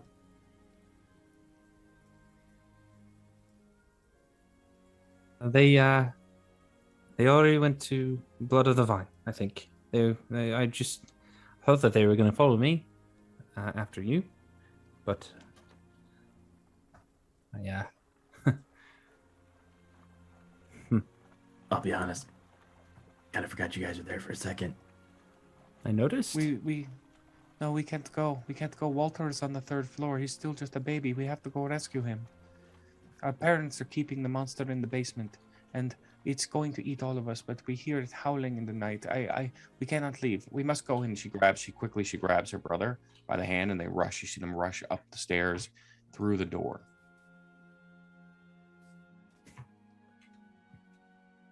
Do I see any other people?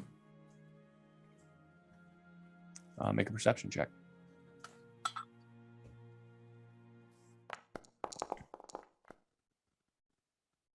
21. You look down the alleys, and the majority, down several of the other alleys, there are people walking. Like, you think for a second, you see some shutters close, but nobody directly walking around this section of town. But it is getting awfully dark. Tens is already chasing after him. He's not going to let them go in that house if they're saying that there are people leaders. And then on top of the fact that she's saying that her parents are keeping them at bay in the basement, not okay. Yeah, Ash would have been falling behind as he's looking around for somebody.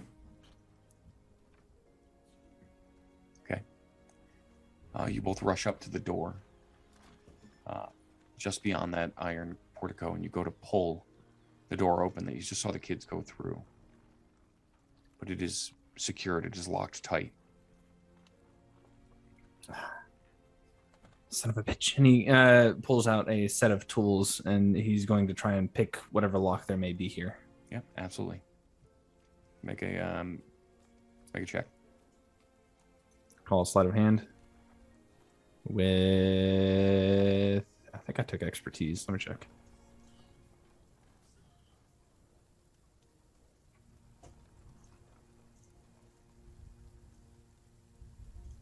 And actually, before we resolve that, let's switch to the other two real quick. So Durango and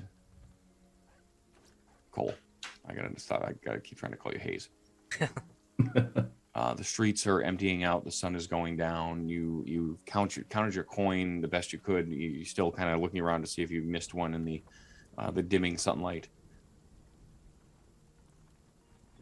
What are you doing? So, my friend, wine, women, song, gold. Yeah, of course, but Dot and I over to the alley that that Slash and tends to go down, and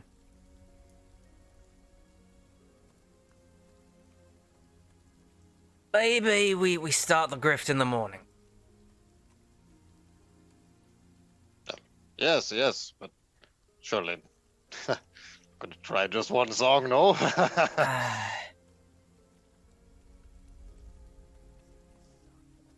Yeah, maybe. Just. Oh, shite. And I walked down the alley that I saw them go down. I have to backtrack a little bit because we had overshot it, and then.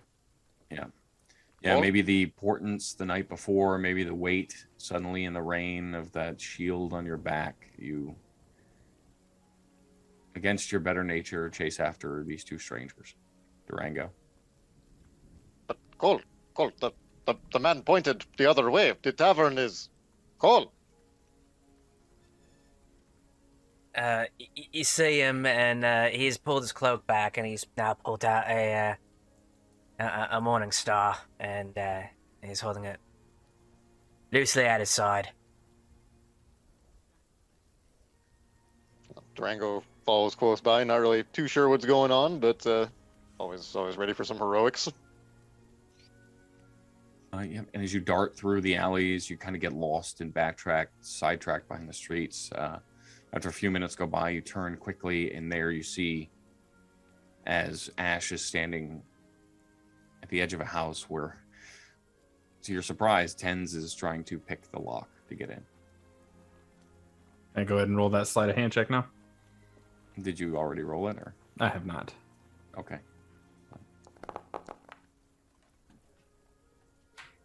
17. 17. Yeah. So attempting to pick the lock, the door still just will not budge. It seems it's secured from the other side, and it's this sort of heavy iron and wood. It what looks like once upon a time had been a nice door and is firmly stuck in place. So you cannot seem to get it. And when you think you're just about there, all of a sudden from behind you, you hear the very familiar, gruff voice of one Cole Mavvin. What's all this then? He curses in Elvish and he stands up and just says, "Ash, tell him what they said. There was a lot going on. He stops talking altogether and goes to peek and see if he can find any sort of looking inside past this doorway at all. Just peeking through the keyhole, everything. Doing his best." Yep. So you look through the keyhole. You can't see anything, just darkness beyond. You go and move to the windows, and you think you see an empty, or it looks like a sitting room or something inside. But the windows are a little taller than you, so you're sort of trying to hop up and try to get a good look. Which one of these three looks the strongest? Which one of you is the buffest one? Cole's walking up in full plate. Although Durango cuts an impressive figure in performer's clothing, no. It is, yeah, it's definitely Cole. Cole definitely looks the beefiest of all of them by far.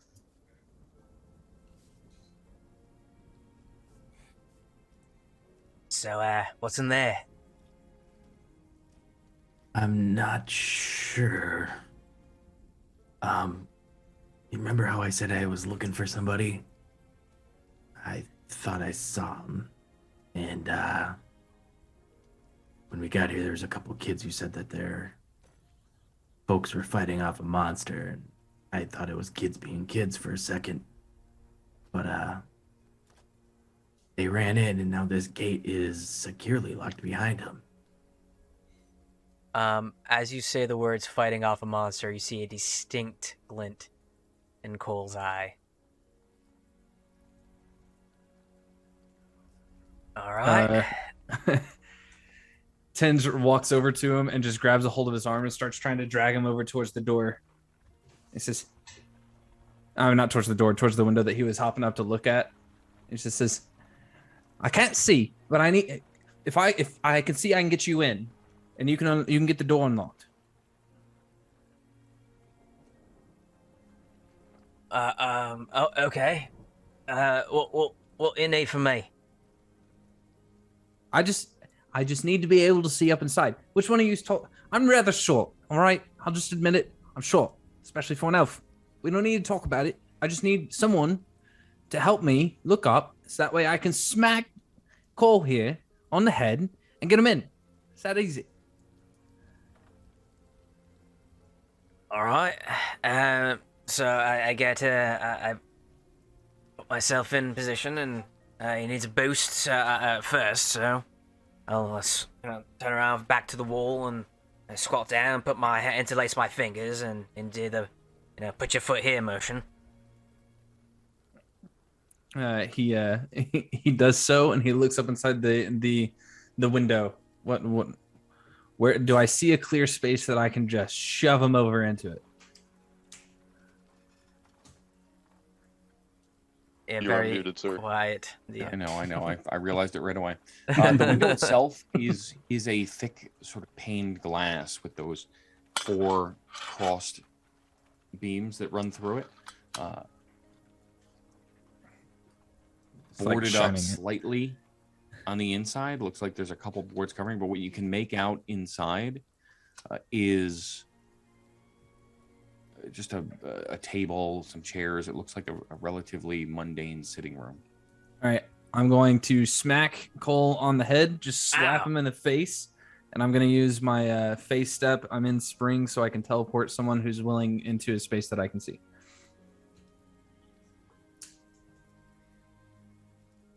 Okay. And I'm just going to sit him right in one of those chairs at that sitting table. Okay. And he just clatters to the ground. He's like, ooh, what? You are a man of talents, Mr. Tens. I'll say it again. Don't touch me. Cole. So, inside. I ain't never been thrown into a house before like that. Okay. Looking around the room, immediately, again, the shock of being suddenly transported into a chair. We'll say you're here, right?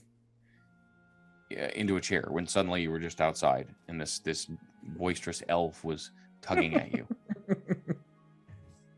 That the shock alone there, immediately you leap to your feet, shoving the chair backwards, banging against the wall behind you.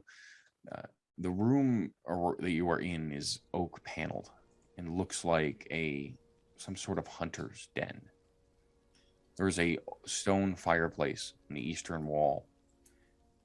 Mounted above it is a giant stag's head. And then that quickly, as if that wasn't enough, there are 3 stuffed wolves lining the room. And you stare at them quickly as these wolf-like faces seem to...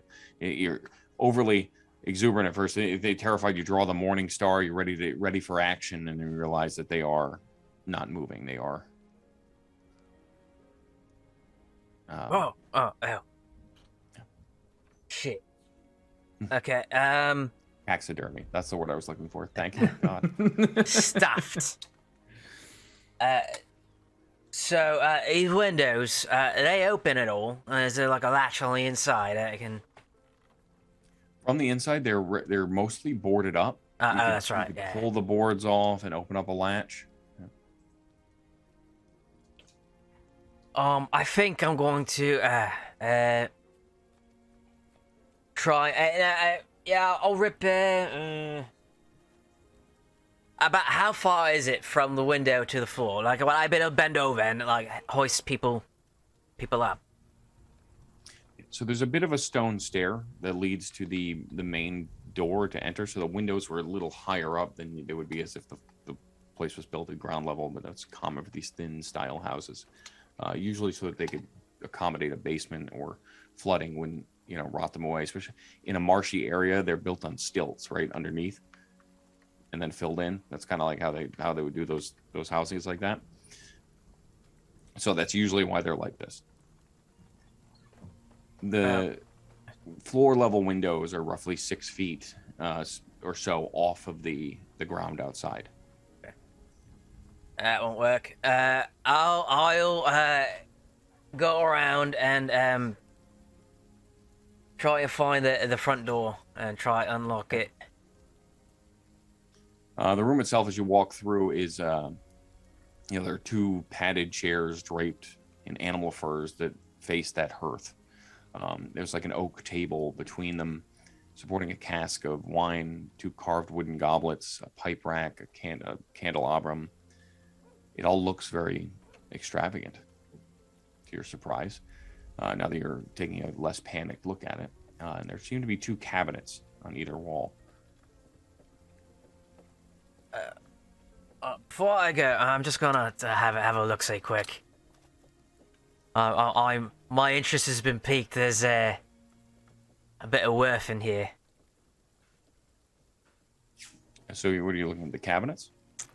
I just saw one to the left. I just want to get a look of it. Sure. It seems to be finely carved, a nice sturdy wood. You tug at the door a little bit, it is locked. I know nothing about that. I'm gonna continue on and check here. Actually, before I gonna go to the door here, and before I do, I'm just gonna put my ear up to see if I can hear the children running around, or the parents that they say were here, and all that. You put your ear to the door. Go ahead and make a perception check. And while you do that, we'll go to the outside. What are the rest of you doing?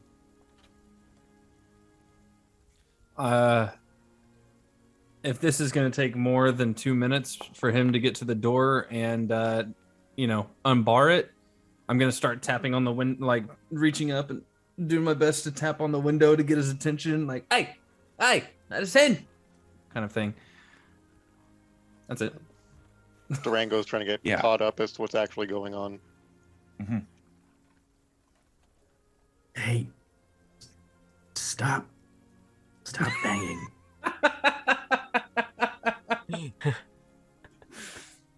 So you say children say to break into this house, and you do? No, that's the problem. Children ran into this house, but it's immediately locked. So you chase children into a house and break in behind them? This is all very weird for me too. You guys not do stuff like this? Where are you guys from? This is normal.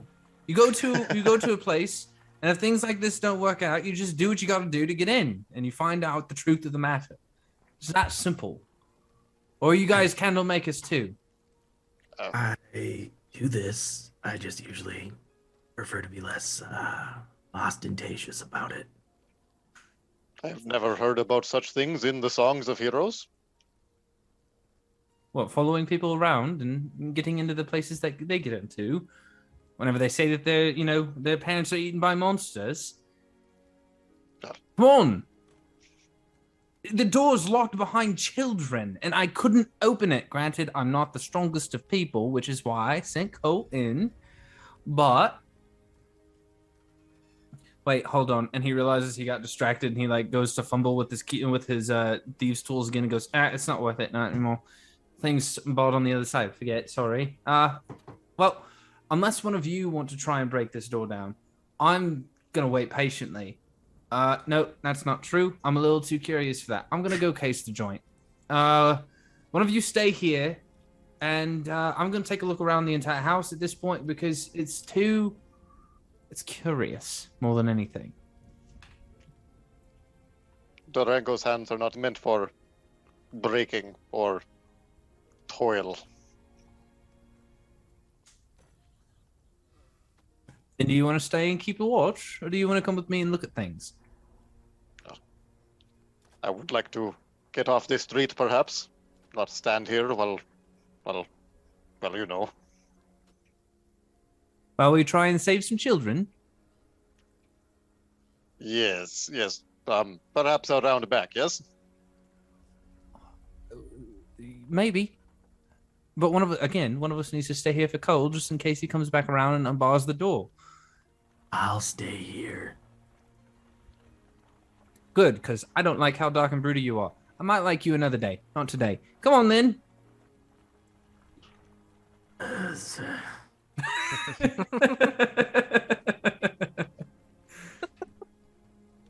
Ash is gonna position himself, not directly next to the door, but like with a good eye line on the door, and basically try to look inconspicuous.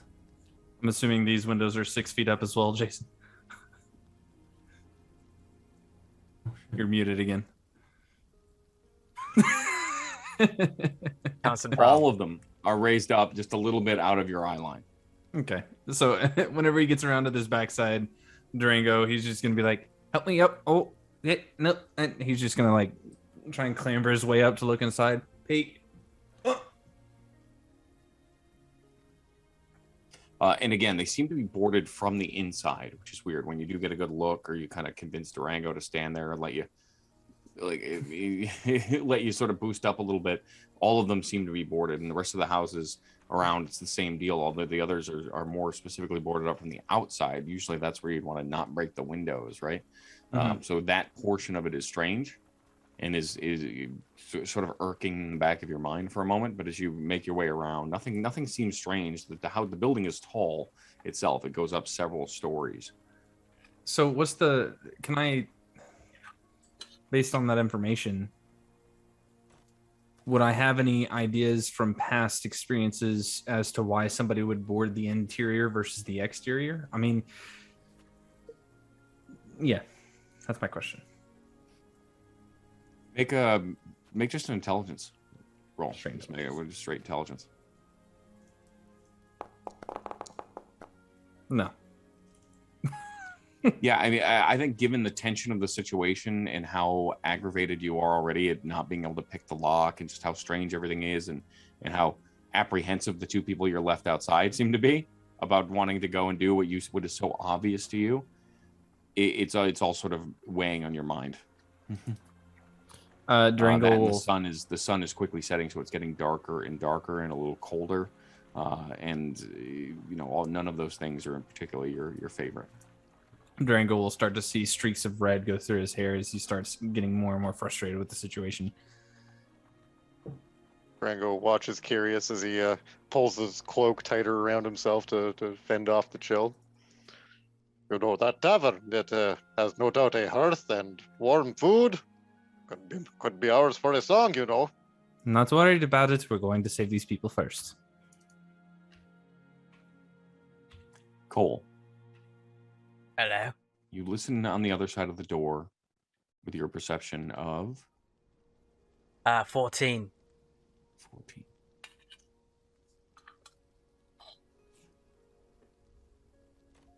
Sound is a funny way of working. When in a sort of hollow building, and in particularly through a wooden door, it gets muddy.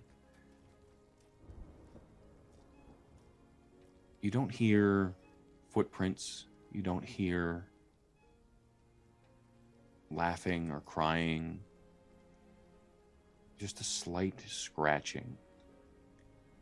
Sort of pull your ear off a little bit and you put it back to it, but the sort of sound you'd hear maybe like rats in the wall somewhere far away. And almost looking around, it almost becomes difficult to tell where the sound would be coming from. And then it's gone.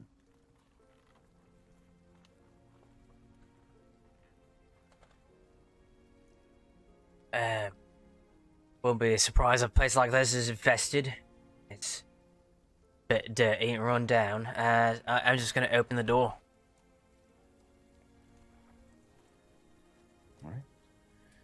You open the door,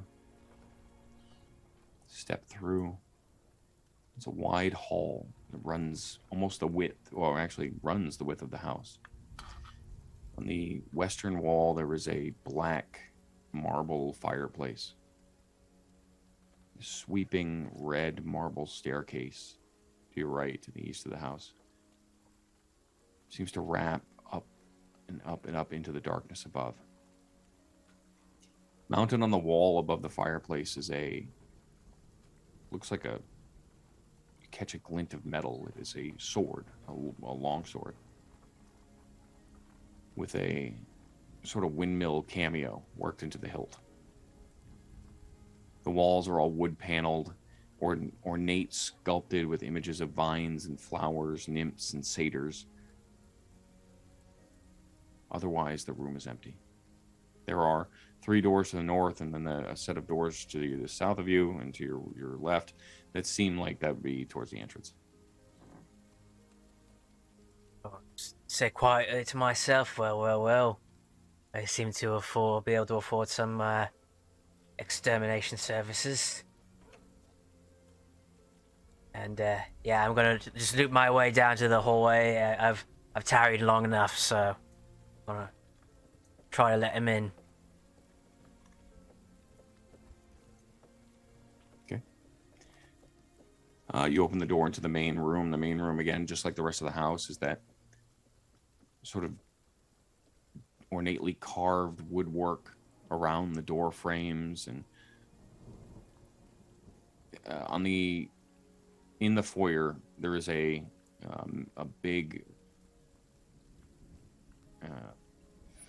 like portrait that is carved with a coat of arms, like hanging on the wall. There's a shield emblazoned with it's just like a stylized golden windmill on a red flag. Next to it are family portraits, framed, gilded around the edges. These stony-faced aristocrats. The doors themselves are a heavy, heavy mahogany, this dark wood that frames the set of double doors that lead into the main area that you just came from, and on the other side.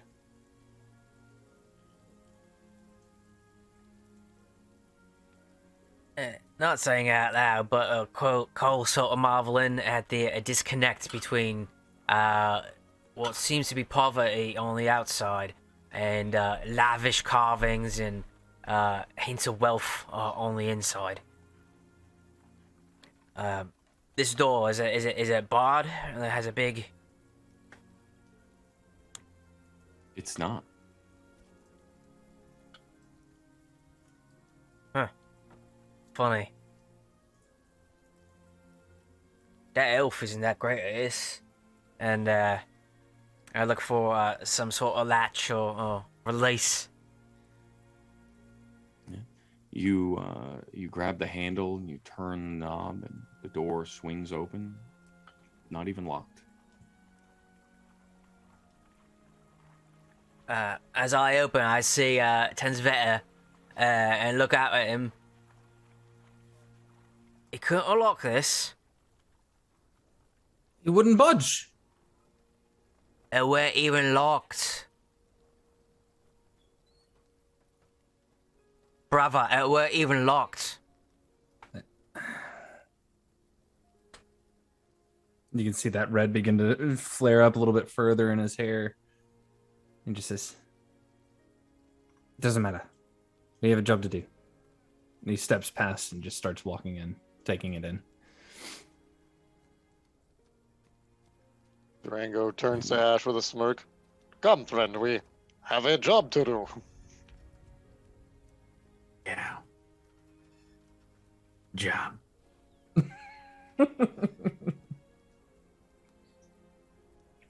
And yeah, Ash will follow he'll sling his bow and draw his short sword. Okay.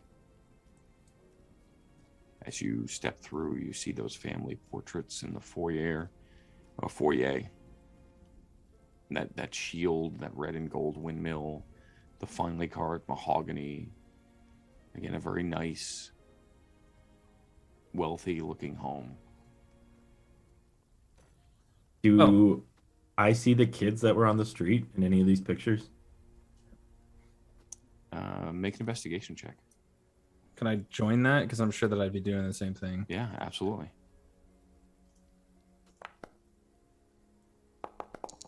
God dang, tens. I got a 12. Surprisingly, you do not. They all seem to be older, aristocratic-looking portraits. You don't see any of any children.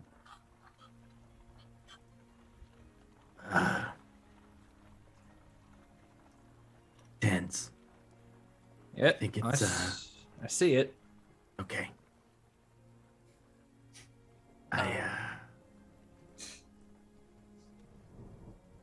As we're waiting here, and I'm actually now that everyone's here, I'm gonna just start yelling in the house. Extermination services. We hear you got a monster problem. For the gold, we could take care of it for you.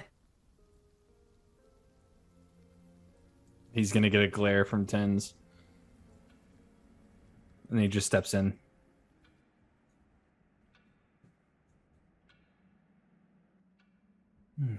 Your voice echoes throughout this main hall, bouncing off of wooden panels, reverberating throughout the fireplace. The house is empty, devoid of any sound or any indication that anyone would be currently residing in it. The children are here.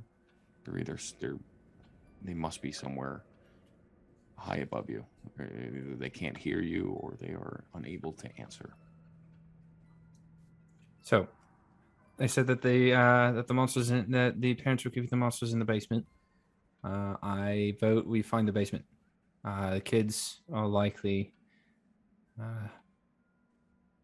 wherever they find safe in this house. They obviously stay here, sleep here. Though I'm beginning to wonder if there are any kids at all. He gives a look to Ash. And he pulls his rapier out, this shining, almost reddish blade. Which one first, you think? Well, generally when I gotta do something like this, start high to low. But, I don't know. I'm not exactly not to go by the book on this one. Yeah, and I'm not exactly a breaking and entering specialist on here. What do you think of that, though? And I just point to the windmill sword above the fireplace. Looks like that costs a pretty penny. Probably, but I don't want to touch it if the door was unlocked and I couldn't unlock it. I'm pretty deft with my hands, and it felt like it was barred. The children disappeared. Don't touch anything. Understood? I think this is the first time we've ever agreed on anything so much. In the 2 days we've known each other. This is great. Progress. Actually, could I rely on my past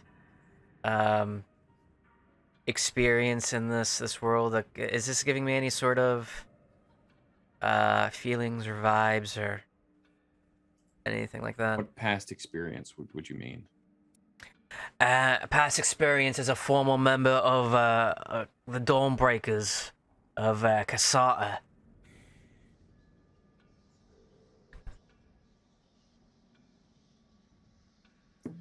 Make a religion check.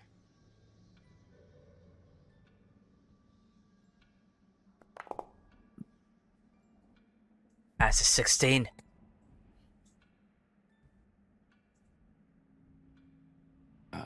So you have dealt with what I guess we would consider the supernatural, but in this setting is you've nothing directly related to major devils or anything like that, but you've dealt with manners of specter, or at least studied it at the Citadel, and there were extensive books on devils and demons and all kinds of horrible things that exist in the world. Although primarily what you've spent your time dealing with is, the horrors that are what people do to each other. Unfortunately. Right. Less monsters and more neighbors, unfortunately. Yep. But you are aware that this exists, that there are different planes of existence. There are monsters that go bump in the night.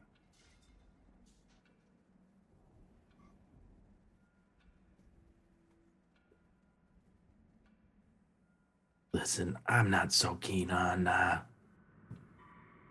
diving into the belly of the beast. These kids do exist and they want us to go in the basement. I'd kind of like to see the rest of the place first to make sure there ain't anything that goes boo.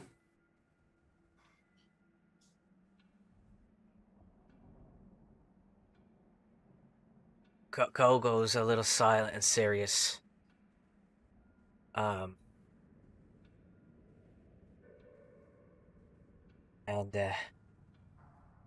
right, well, how about over here? And I just point to one of the doors, start on the left. Sure. He's just gonna go straight for it and open the door.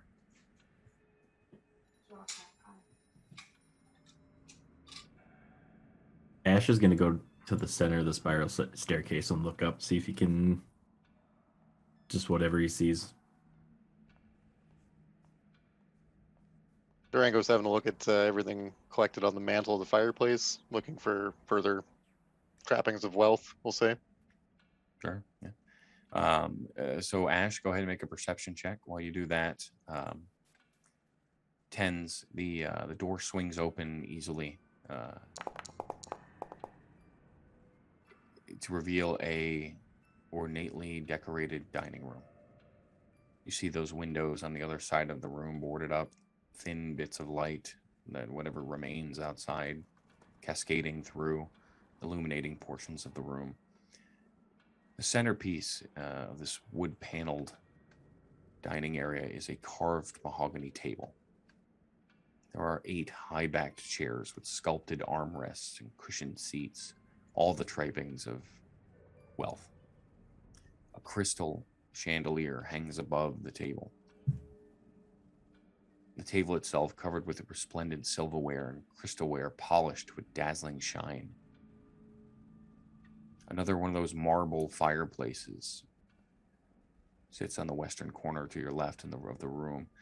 On top of it is a mahogany-framed painting of an alpine vale. Even the walls themselves seem carved with elegant images of deer and trees. It's very beautiful, and the imagery is remarkable to you. There are red silk drapes that cover the windows, although the windows have been boarded up, but the windows themselves are like, you can see where the drapes are covering those, where the boards are placed.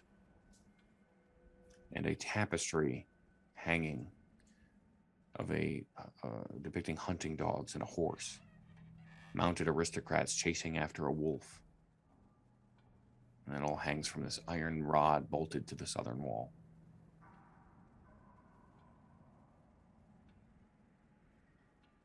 Nothing in here of note yet. And he'll kind of rub his finger along the top of the high back chair just to see if there's any dust. Silverware is immaculate. How long has it been since the other stuff has been cleaned?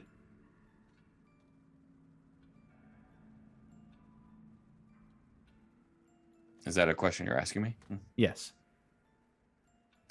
Make a perception check.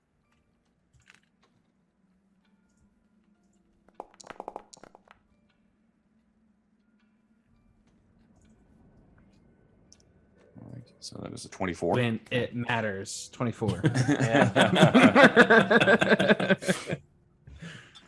Is there dust?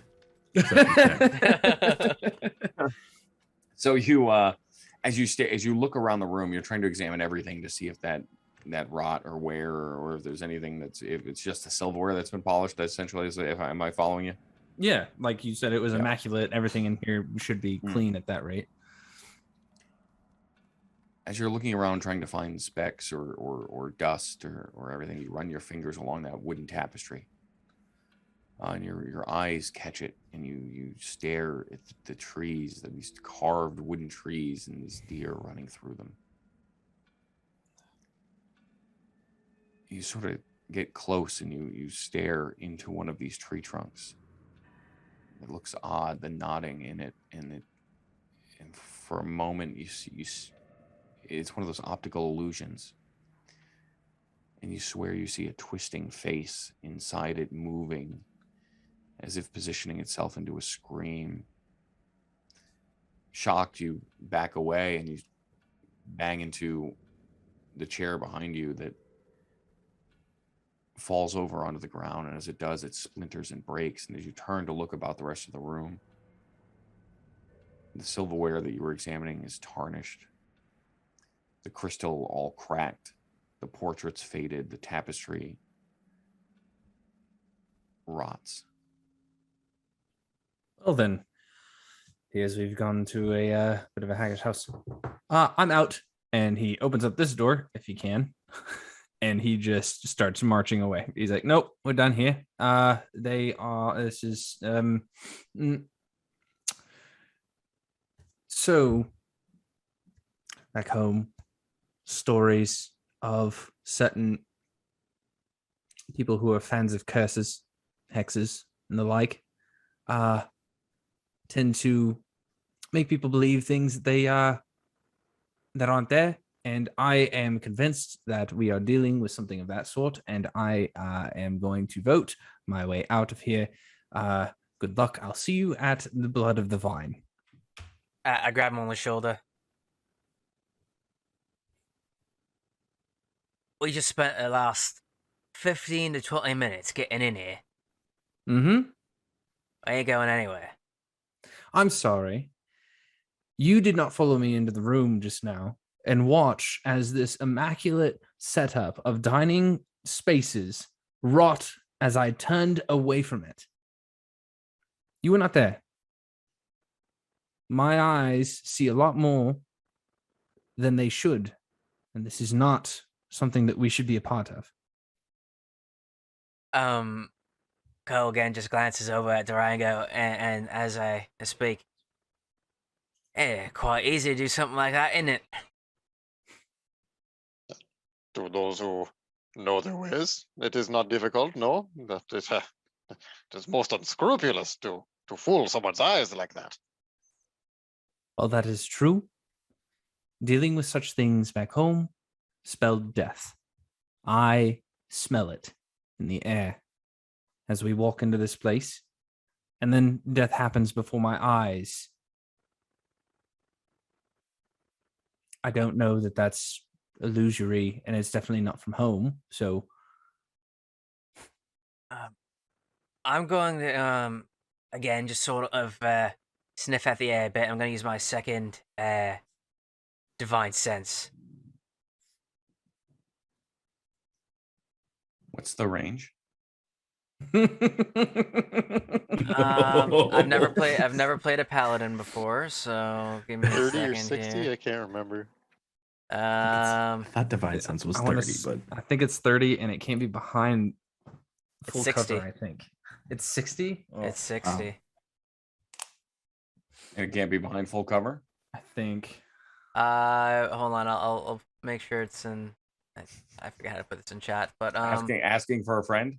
as an action, you can open awareness to detect such forces. Until the end of your next turn, you know the location of any celestial fiend or undead within 60 feet of you that is not behind total cover. Yeah, nothing in your immediate vicinity that you can see or around you or even on this floor, I would tell you, is nothing is besides your friend. How dare you? And very, very confidently, he's gonna go, there's nothing he's even part here. fiend. I don't know what to tell you. I know. Ah. There's That's nothing pretty even good, man. here. Then you go look. By all means, I'll stand right here where the other two can see me, and you can go and die. How You about were that? so gung-ho to help these kids. Right. Well, let's talk about the scenario again, shall we? I tend to be a little bit more paranoid whenever people start disappearing on me. And let's not even talk about the fact that the door locked and you unlocked it without having to unlock it. It weren't locked in the first place. It was locked. Ash can attest to this fact. Ash? You tried picking the lock. I never touched the door, man. Fine. I was just going to start shouting, "Children! Children! Little girl!" What does Hello? Ash see up the staircase at this point? What did you roll for perception? Sorry, 16. good call out. The staircase spirals for 2 more floors that you can see that to the edge, and then it continues to go up. Just staring up into it is just kind of darkness. To be honest with you, there isn't much to see up at the top other than now the sun has gone down and the house is very dark. Any of you guys see in the dark? Not the Move. best. Durango just says nothing but shuffles his feet awkwardly. If somebody can see in the dark, let's do a case of the house. You don't need to take anything, touch anything. Something's going on here. Got a weird vibe since we've entered this whole valley. Is this Start not... learning Continue.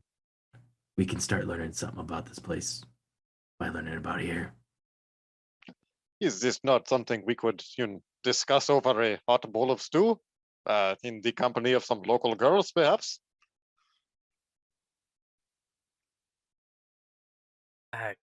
Cole sort of looks around and, conceding that everybody wants to get out of here, and he's the only one that wants to make a bit of coin off of this. All right. You, Tens. Hmm. You said, I see you fiddling with a ball bearing earlier. Hmm? Did I see you fiddling with a ball bearing earlier? Got a bag of marbles, yes? Can I borrow one of those? Sure. He pulls out a ball bearing and hands it off. And I ping it off the shield that's hanging on the wall. Oh no. I hate this. I would say with your aim, it's fairly easy. You flick it, it pings off the shield, and the shield rattles a little bit against the wall as the ball bearing ping, and then drops with a thud.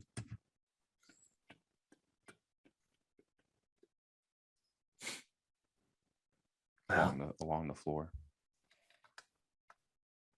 That didn't turn rot and ash and rust, iron dust.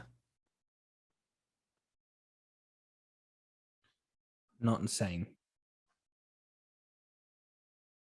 I saw what I saw. Saying you are. If the children aren't here, they ain't responding.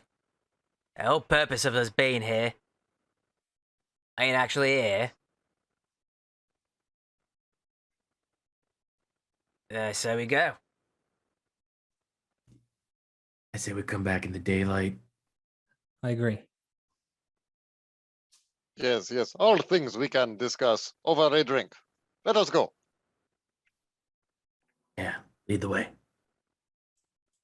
And he does back out to the front door the way they came. Ash, as you step away from the staircase, up above you, you hear a slight giggle and the sound of running footfall somewhere above you.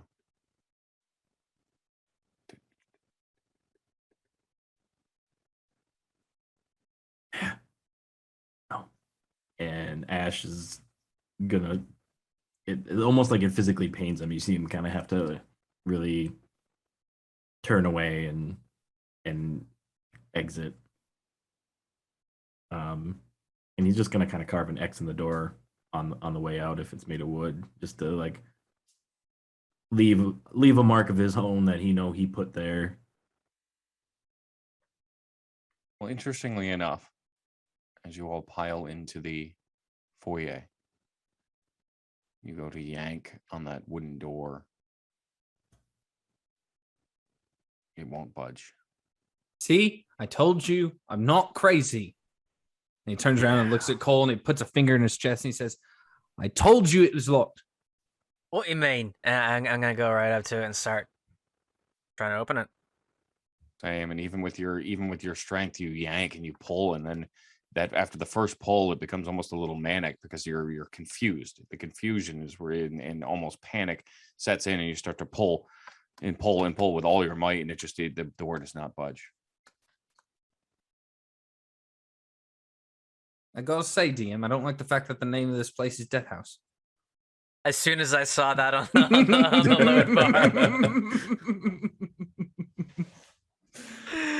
Oh god, I'm having flashbacks. I mean, I didn't name it. I know. Just It's not just the ancestral home of the Death family. Is that what you're trying to say? Oh yes, the deaths. Real nice folks. fine. If this is the case, then we need to find all things that are in here on this floor before we move up or down. Capiche? It's Elvish, for understand? Speak Elvish. I understand. Whatever.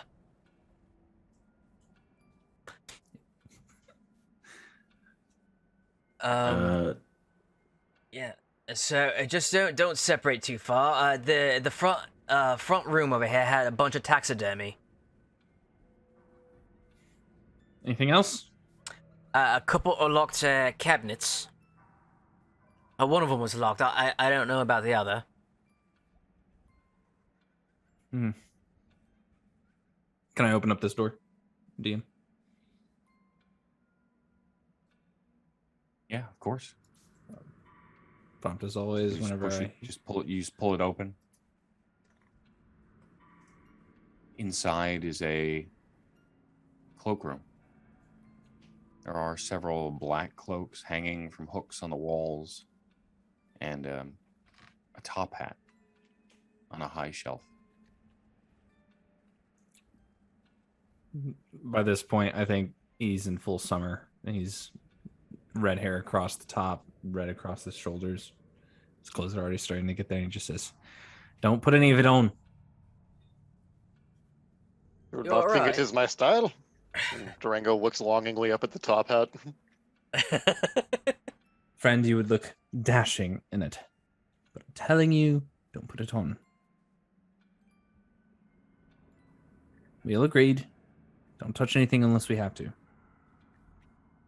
Well, at least I agreed with whoever said it earlier. I touch things that need to be touched. That's all. But Cole does at this point, like the shield is up, and it's very clear to see this. As you look at him, you do notice that what once appeared to be fairly nice, like fairly bronze and well cared for equipment has seen some better days, but until at one point it was pretty finely made.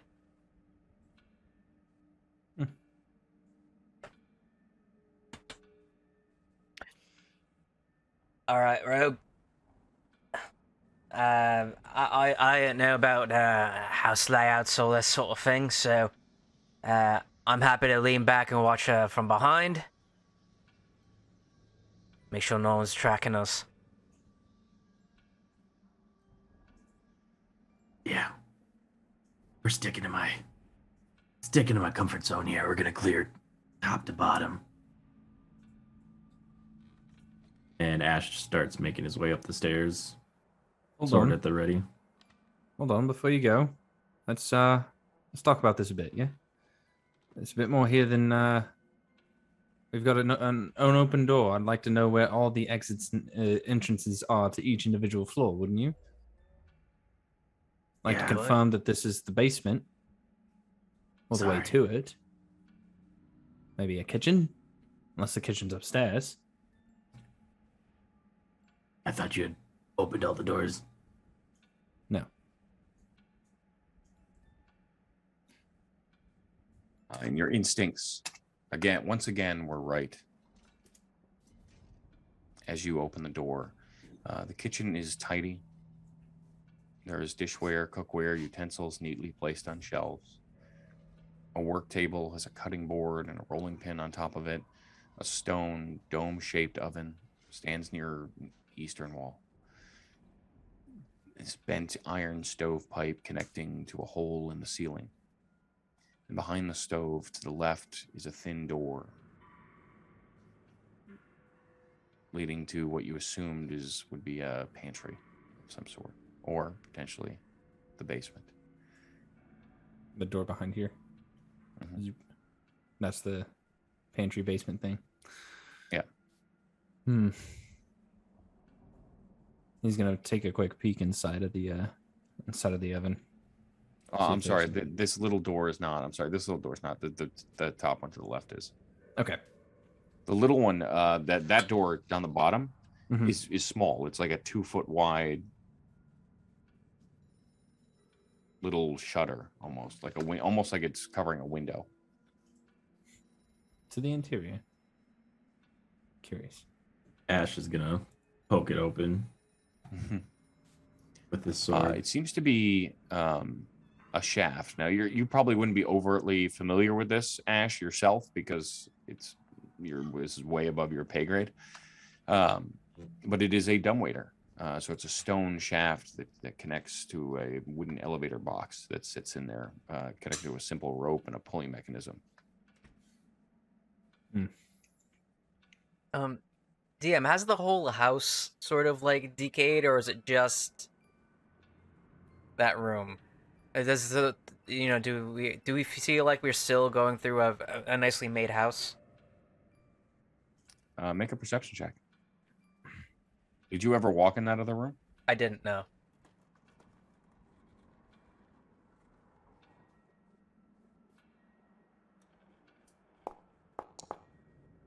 Not great. 7. Yeah, I mean the whole house still seems normal. Still seems fine.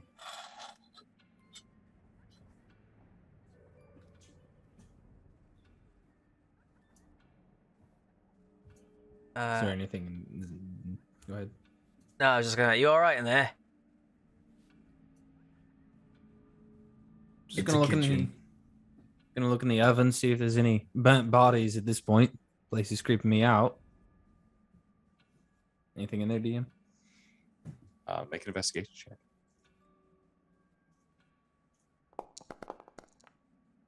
Hey, 19.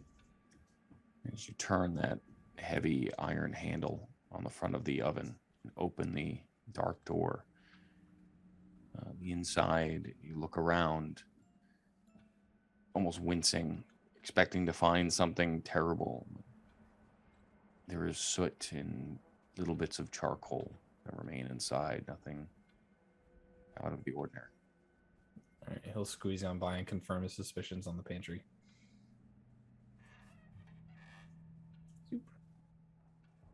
And it is just that. And it appears to be well stocked.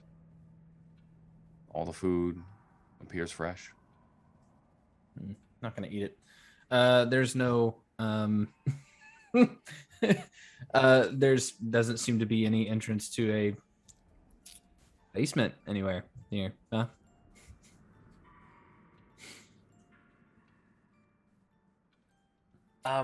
That dumbwaiter shaft, is it go vertically only, or does it go down? I'll pull on the ropes a little bit to see if it goes up and down. I'm not jumping in it. I'm just literally like seeing if it moves up a little bit and down. Yeah, I was just wondering how many people like went straight to Haunting of Hill House.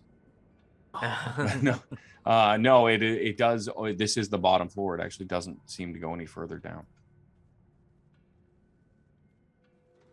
I'm gonna bop on it to see if it sounds hollow. smack the stone underneath. You pull the wooden box up a little bit, hit the stone, feel around, feel sturdy. Okay, what the fuck? So we know it's something, right? The house is up several feet. The floor is made of wood, right? The floor is stone. Floor is stone. He's gonna step out, look at Cole, and say, "You're willing to break it? If you could break it, break it." Break what? The floor? Yeah. Let's see if there's anything underneath. I taking my Morton Star to a bunch of stone floor. Perhaps to go down, we must first go up. God, I hate these stupid Fae fucking puzzles. Let's go up. Up it is. Let's go. We've made everything out down here on the bottom. And he rushes past. As he's heading to the bookcase, Ash doesn't notice any bookcases or anything, does he? I'm gonna go full Scooby Doo on this right now.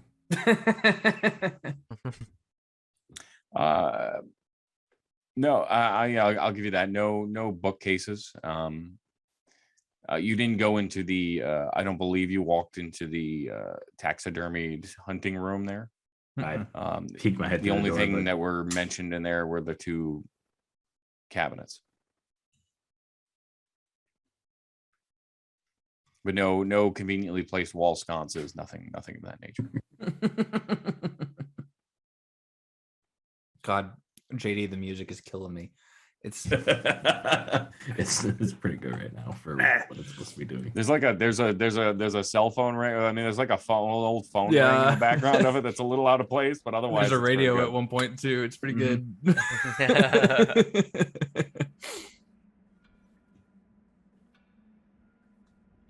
Yes, let's make the frail, small, thin, elven fellow go up the stairs first. That's the brilliant Fine, thing. I'll go up, you bitch.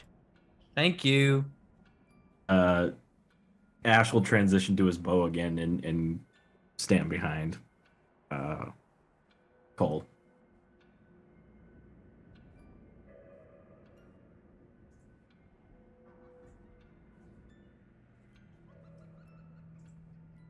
Oh boy. Oh boy, oh boy, oh boy. Isn't this fun? Why did I ever agree to be a player? Yeah, I know. I know. You want me to send you this track for Sinner's Dream? I think it'll be a good one. As you all wind up the stairs, there are unlit oil lamps that are mounted to the walls of this elegant hall, this winding red velvet staircase. Hanging above a mantelpiece in this room is a wood-framed portrait of a family. Are there kids? Here now, finally, we see the picture of the two children. You see them now, as you saw them outside, elegantly dressed in that fine, fine wear. A small boy with a doll in his hand and the girl, a little older. Cradled in the father's arms is a swaddled baby,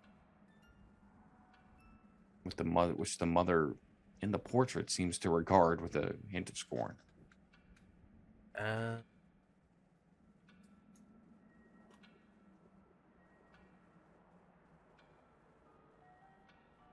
Standing suits of armor flank two wooden doors on either side, east and west halls. Each suit of armor clutches a spear and has a visored helmet shaped like a wolf's head. The doors, again, are carved with these dancing figures, youths now.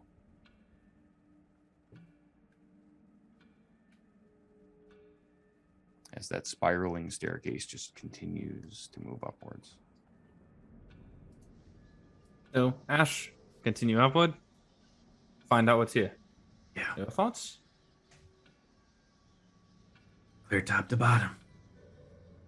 Makes sense to me. Upwood, Upwood and wood. as always.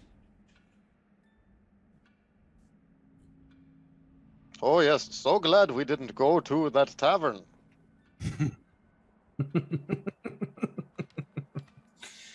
You know, Durango, I considered it, but it's too much for me not to at this point. So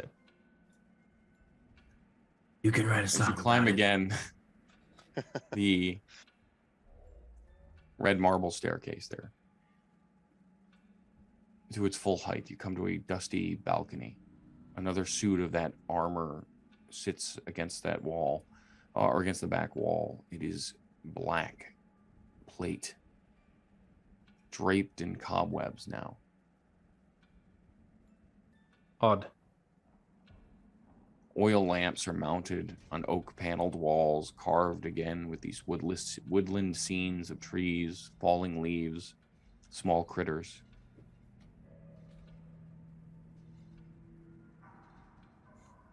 The armor, does it seem like ceremonial, or is it a functional piece? You want to investigate it? Ew. Go ahead and make an investigation check. I want to like hover investigate. I'm not touching it, Sure. but I'm gonna, Oh, you're hovering. I'm hovering. I got you. A natural one. So Or good, a so 2 good. total. How many of those has Brilliant. there been tonight? Too many. A lot. Far too And many. there's been- A lot. There's been a lot of natural ones. I'm not gonna lie. I thought that we were gonna split the party, and this was just gonna be me and Ash doing this at first, and then we were like, when he said the door was locked, I'm so glad that we didn't split the party first. Cole, as you start to inspect the armor, it is this dark black metal, forged intricately. It looks expensive, ceremonial but functional. The kind some sort of wealthy knight would once have worn. Painted black, you hope, at some point. The only other way you've seen that is if blood builds and stains on metal. Over time, it gets that darkened color. And you sort of stare at it. You sort of move some cobwebs away, looking for some sort of mark or kind of indicator of where the armor came from. As it suddenly reaches out and grabs you. Oh shit. Oh boy. As you guys watch as this black suit of metal armor reaches a gauntleted hand around Cole's neck and just grabs him in the dark. That's where we'll pick up next week. Phenomenal. Everybody, thank you so much for joining us for this first episode of our Strahd campaign. Hopefully you guys had fun.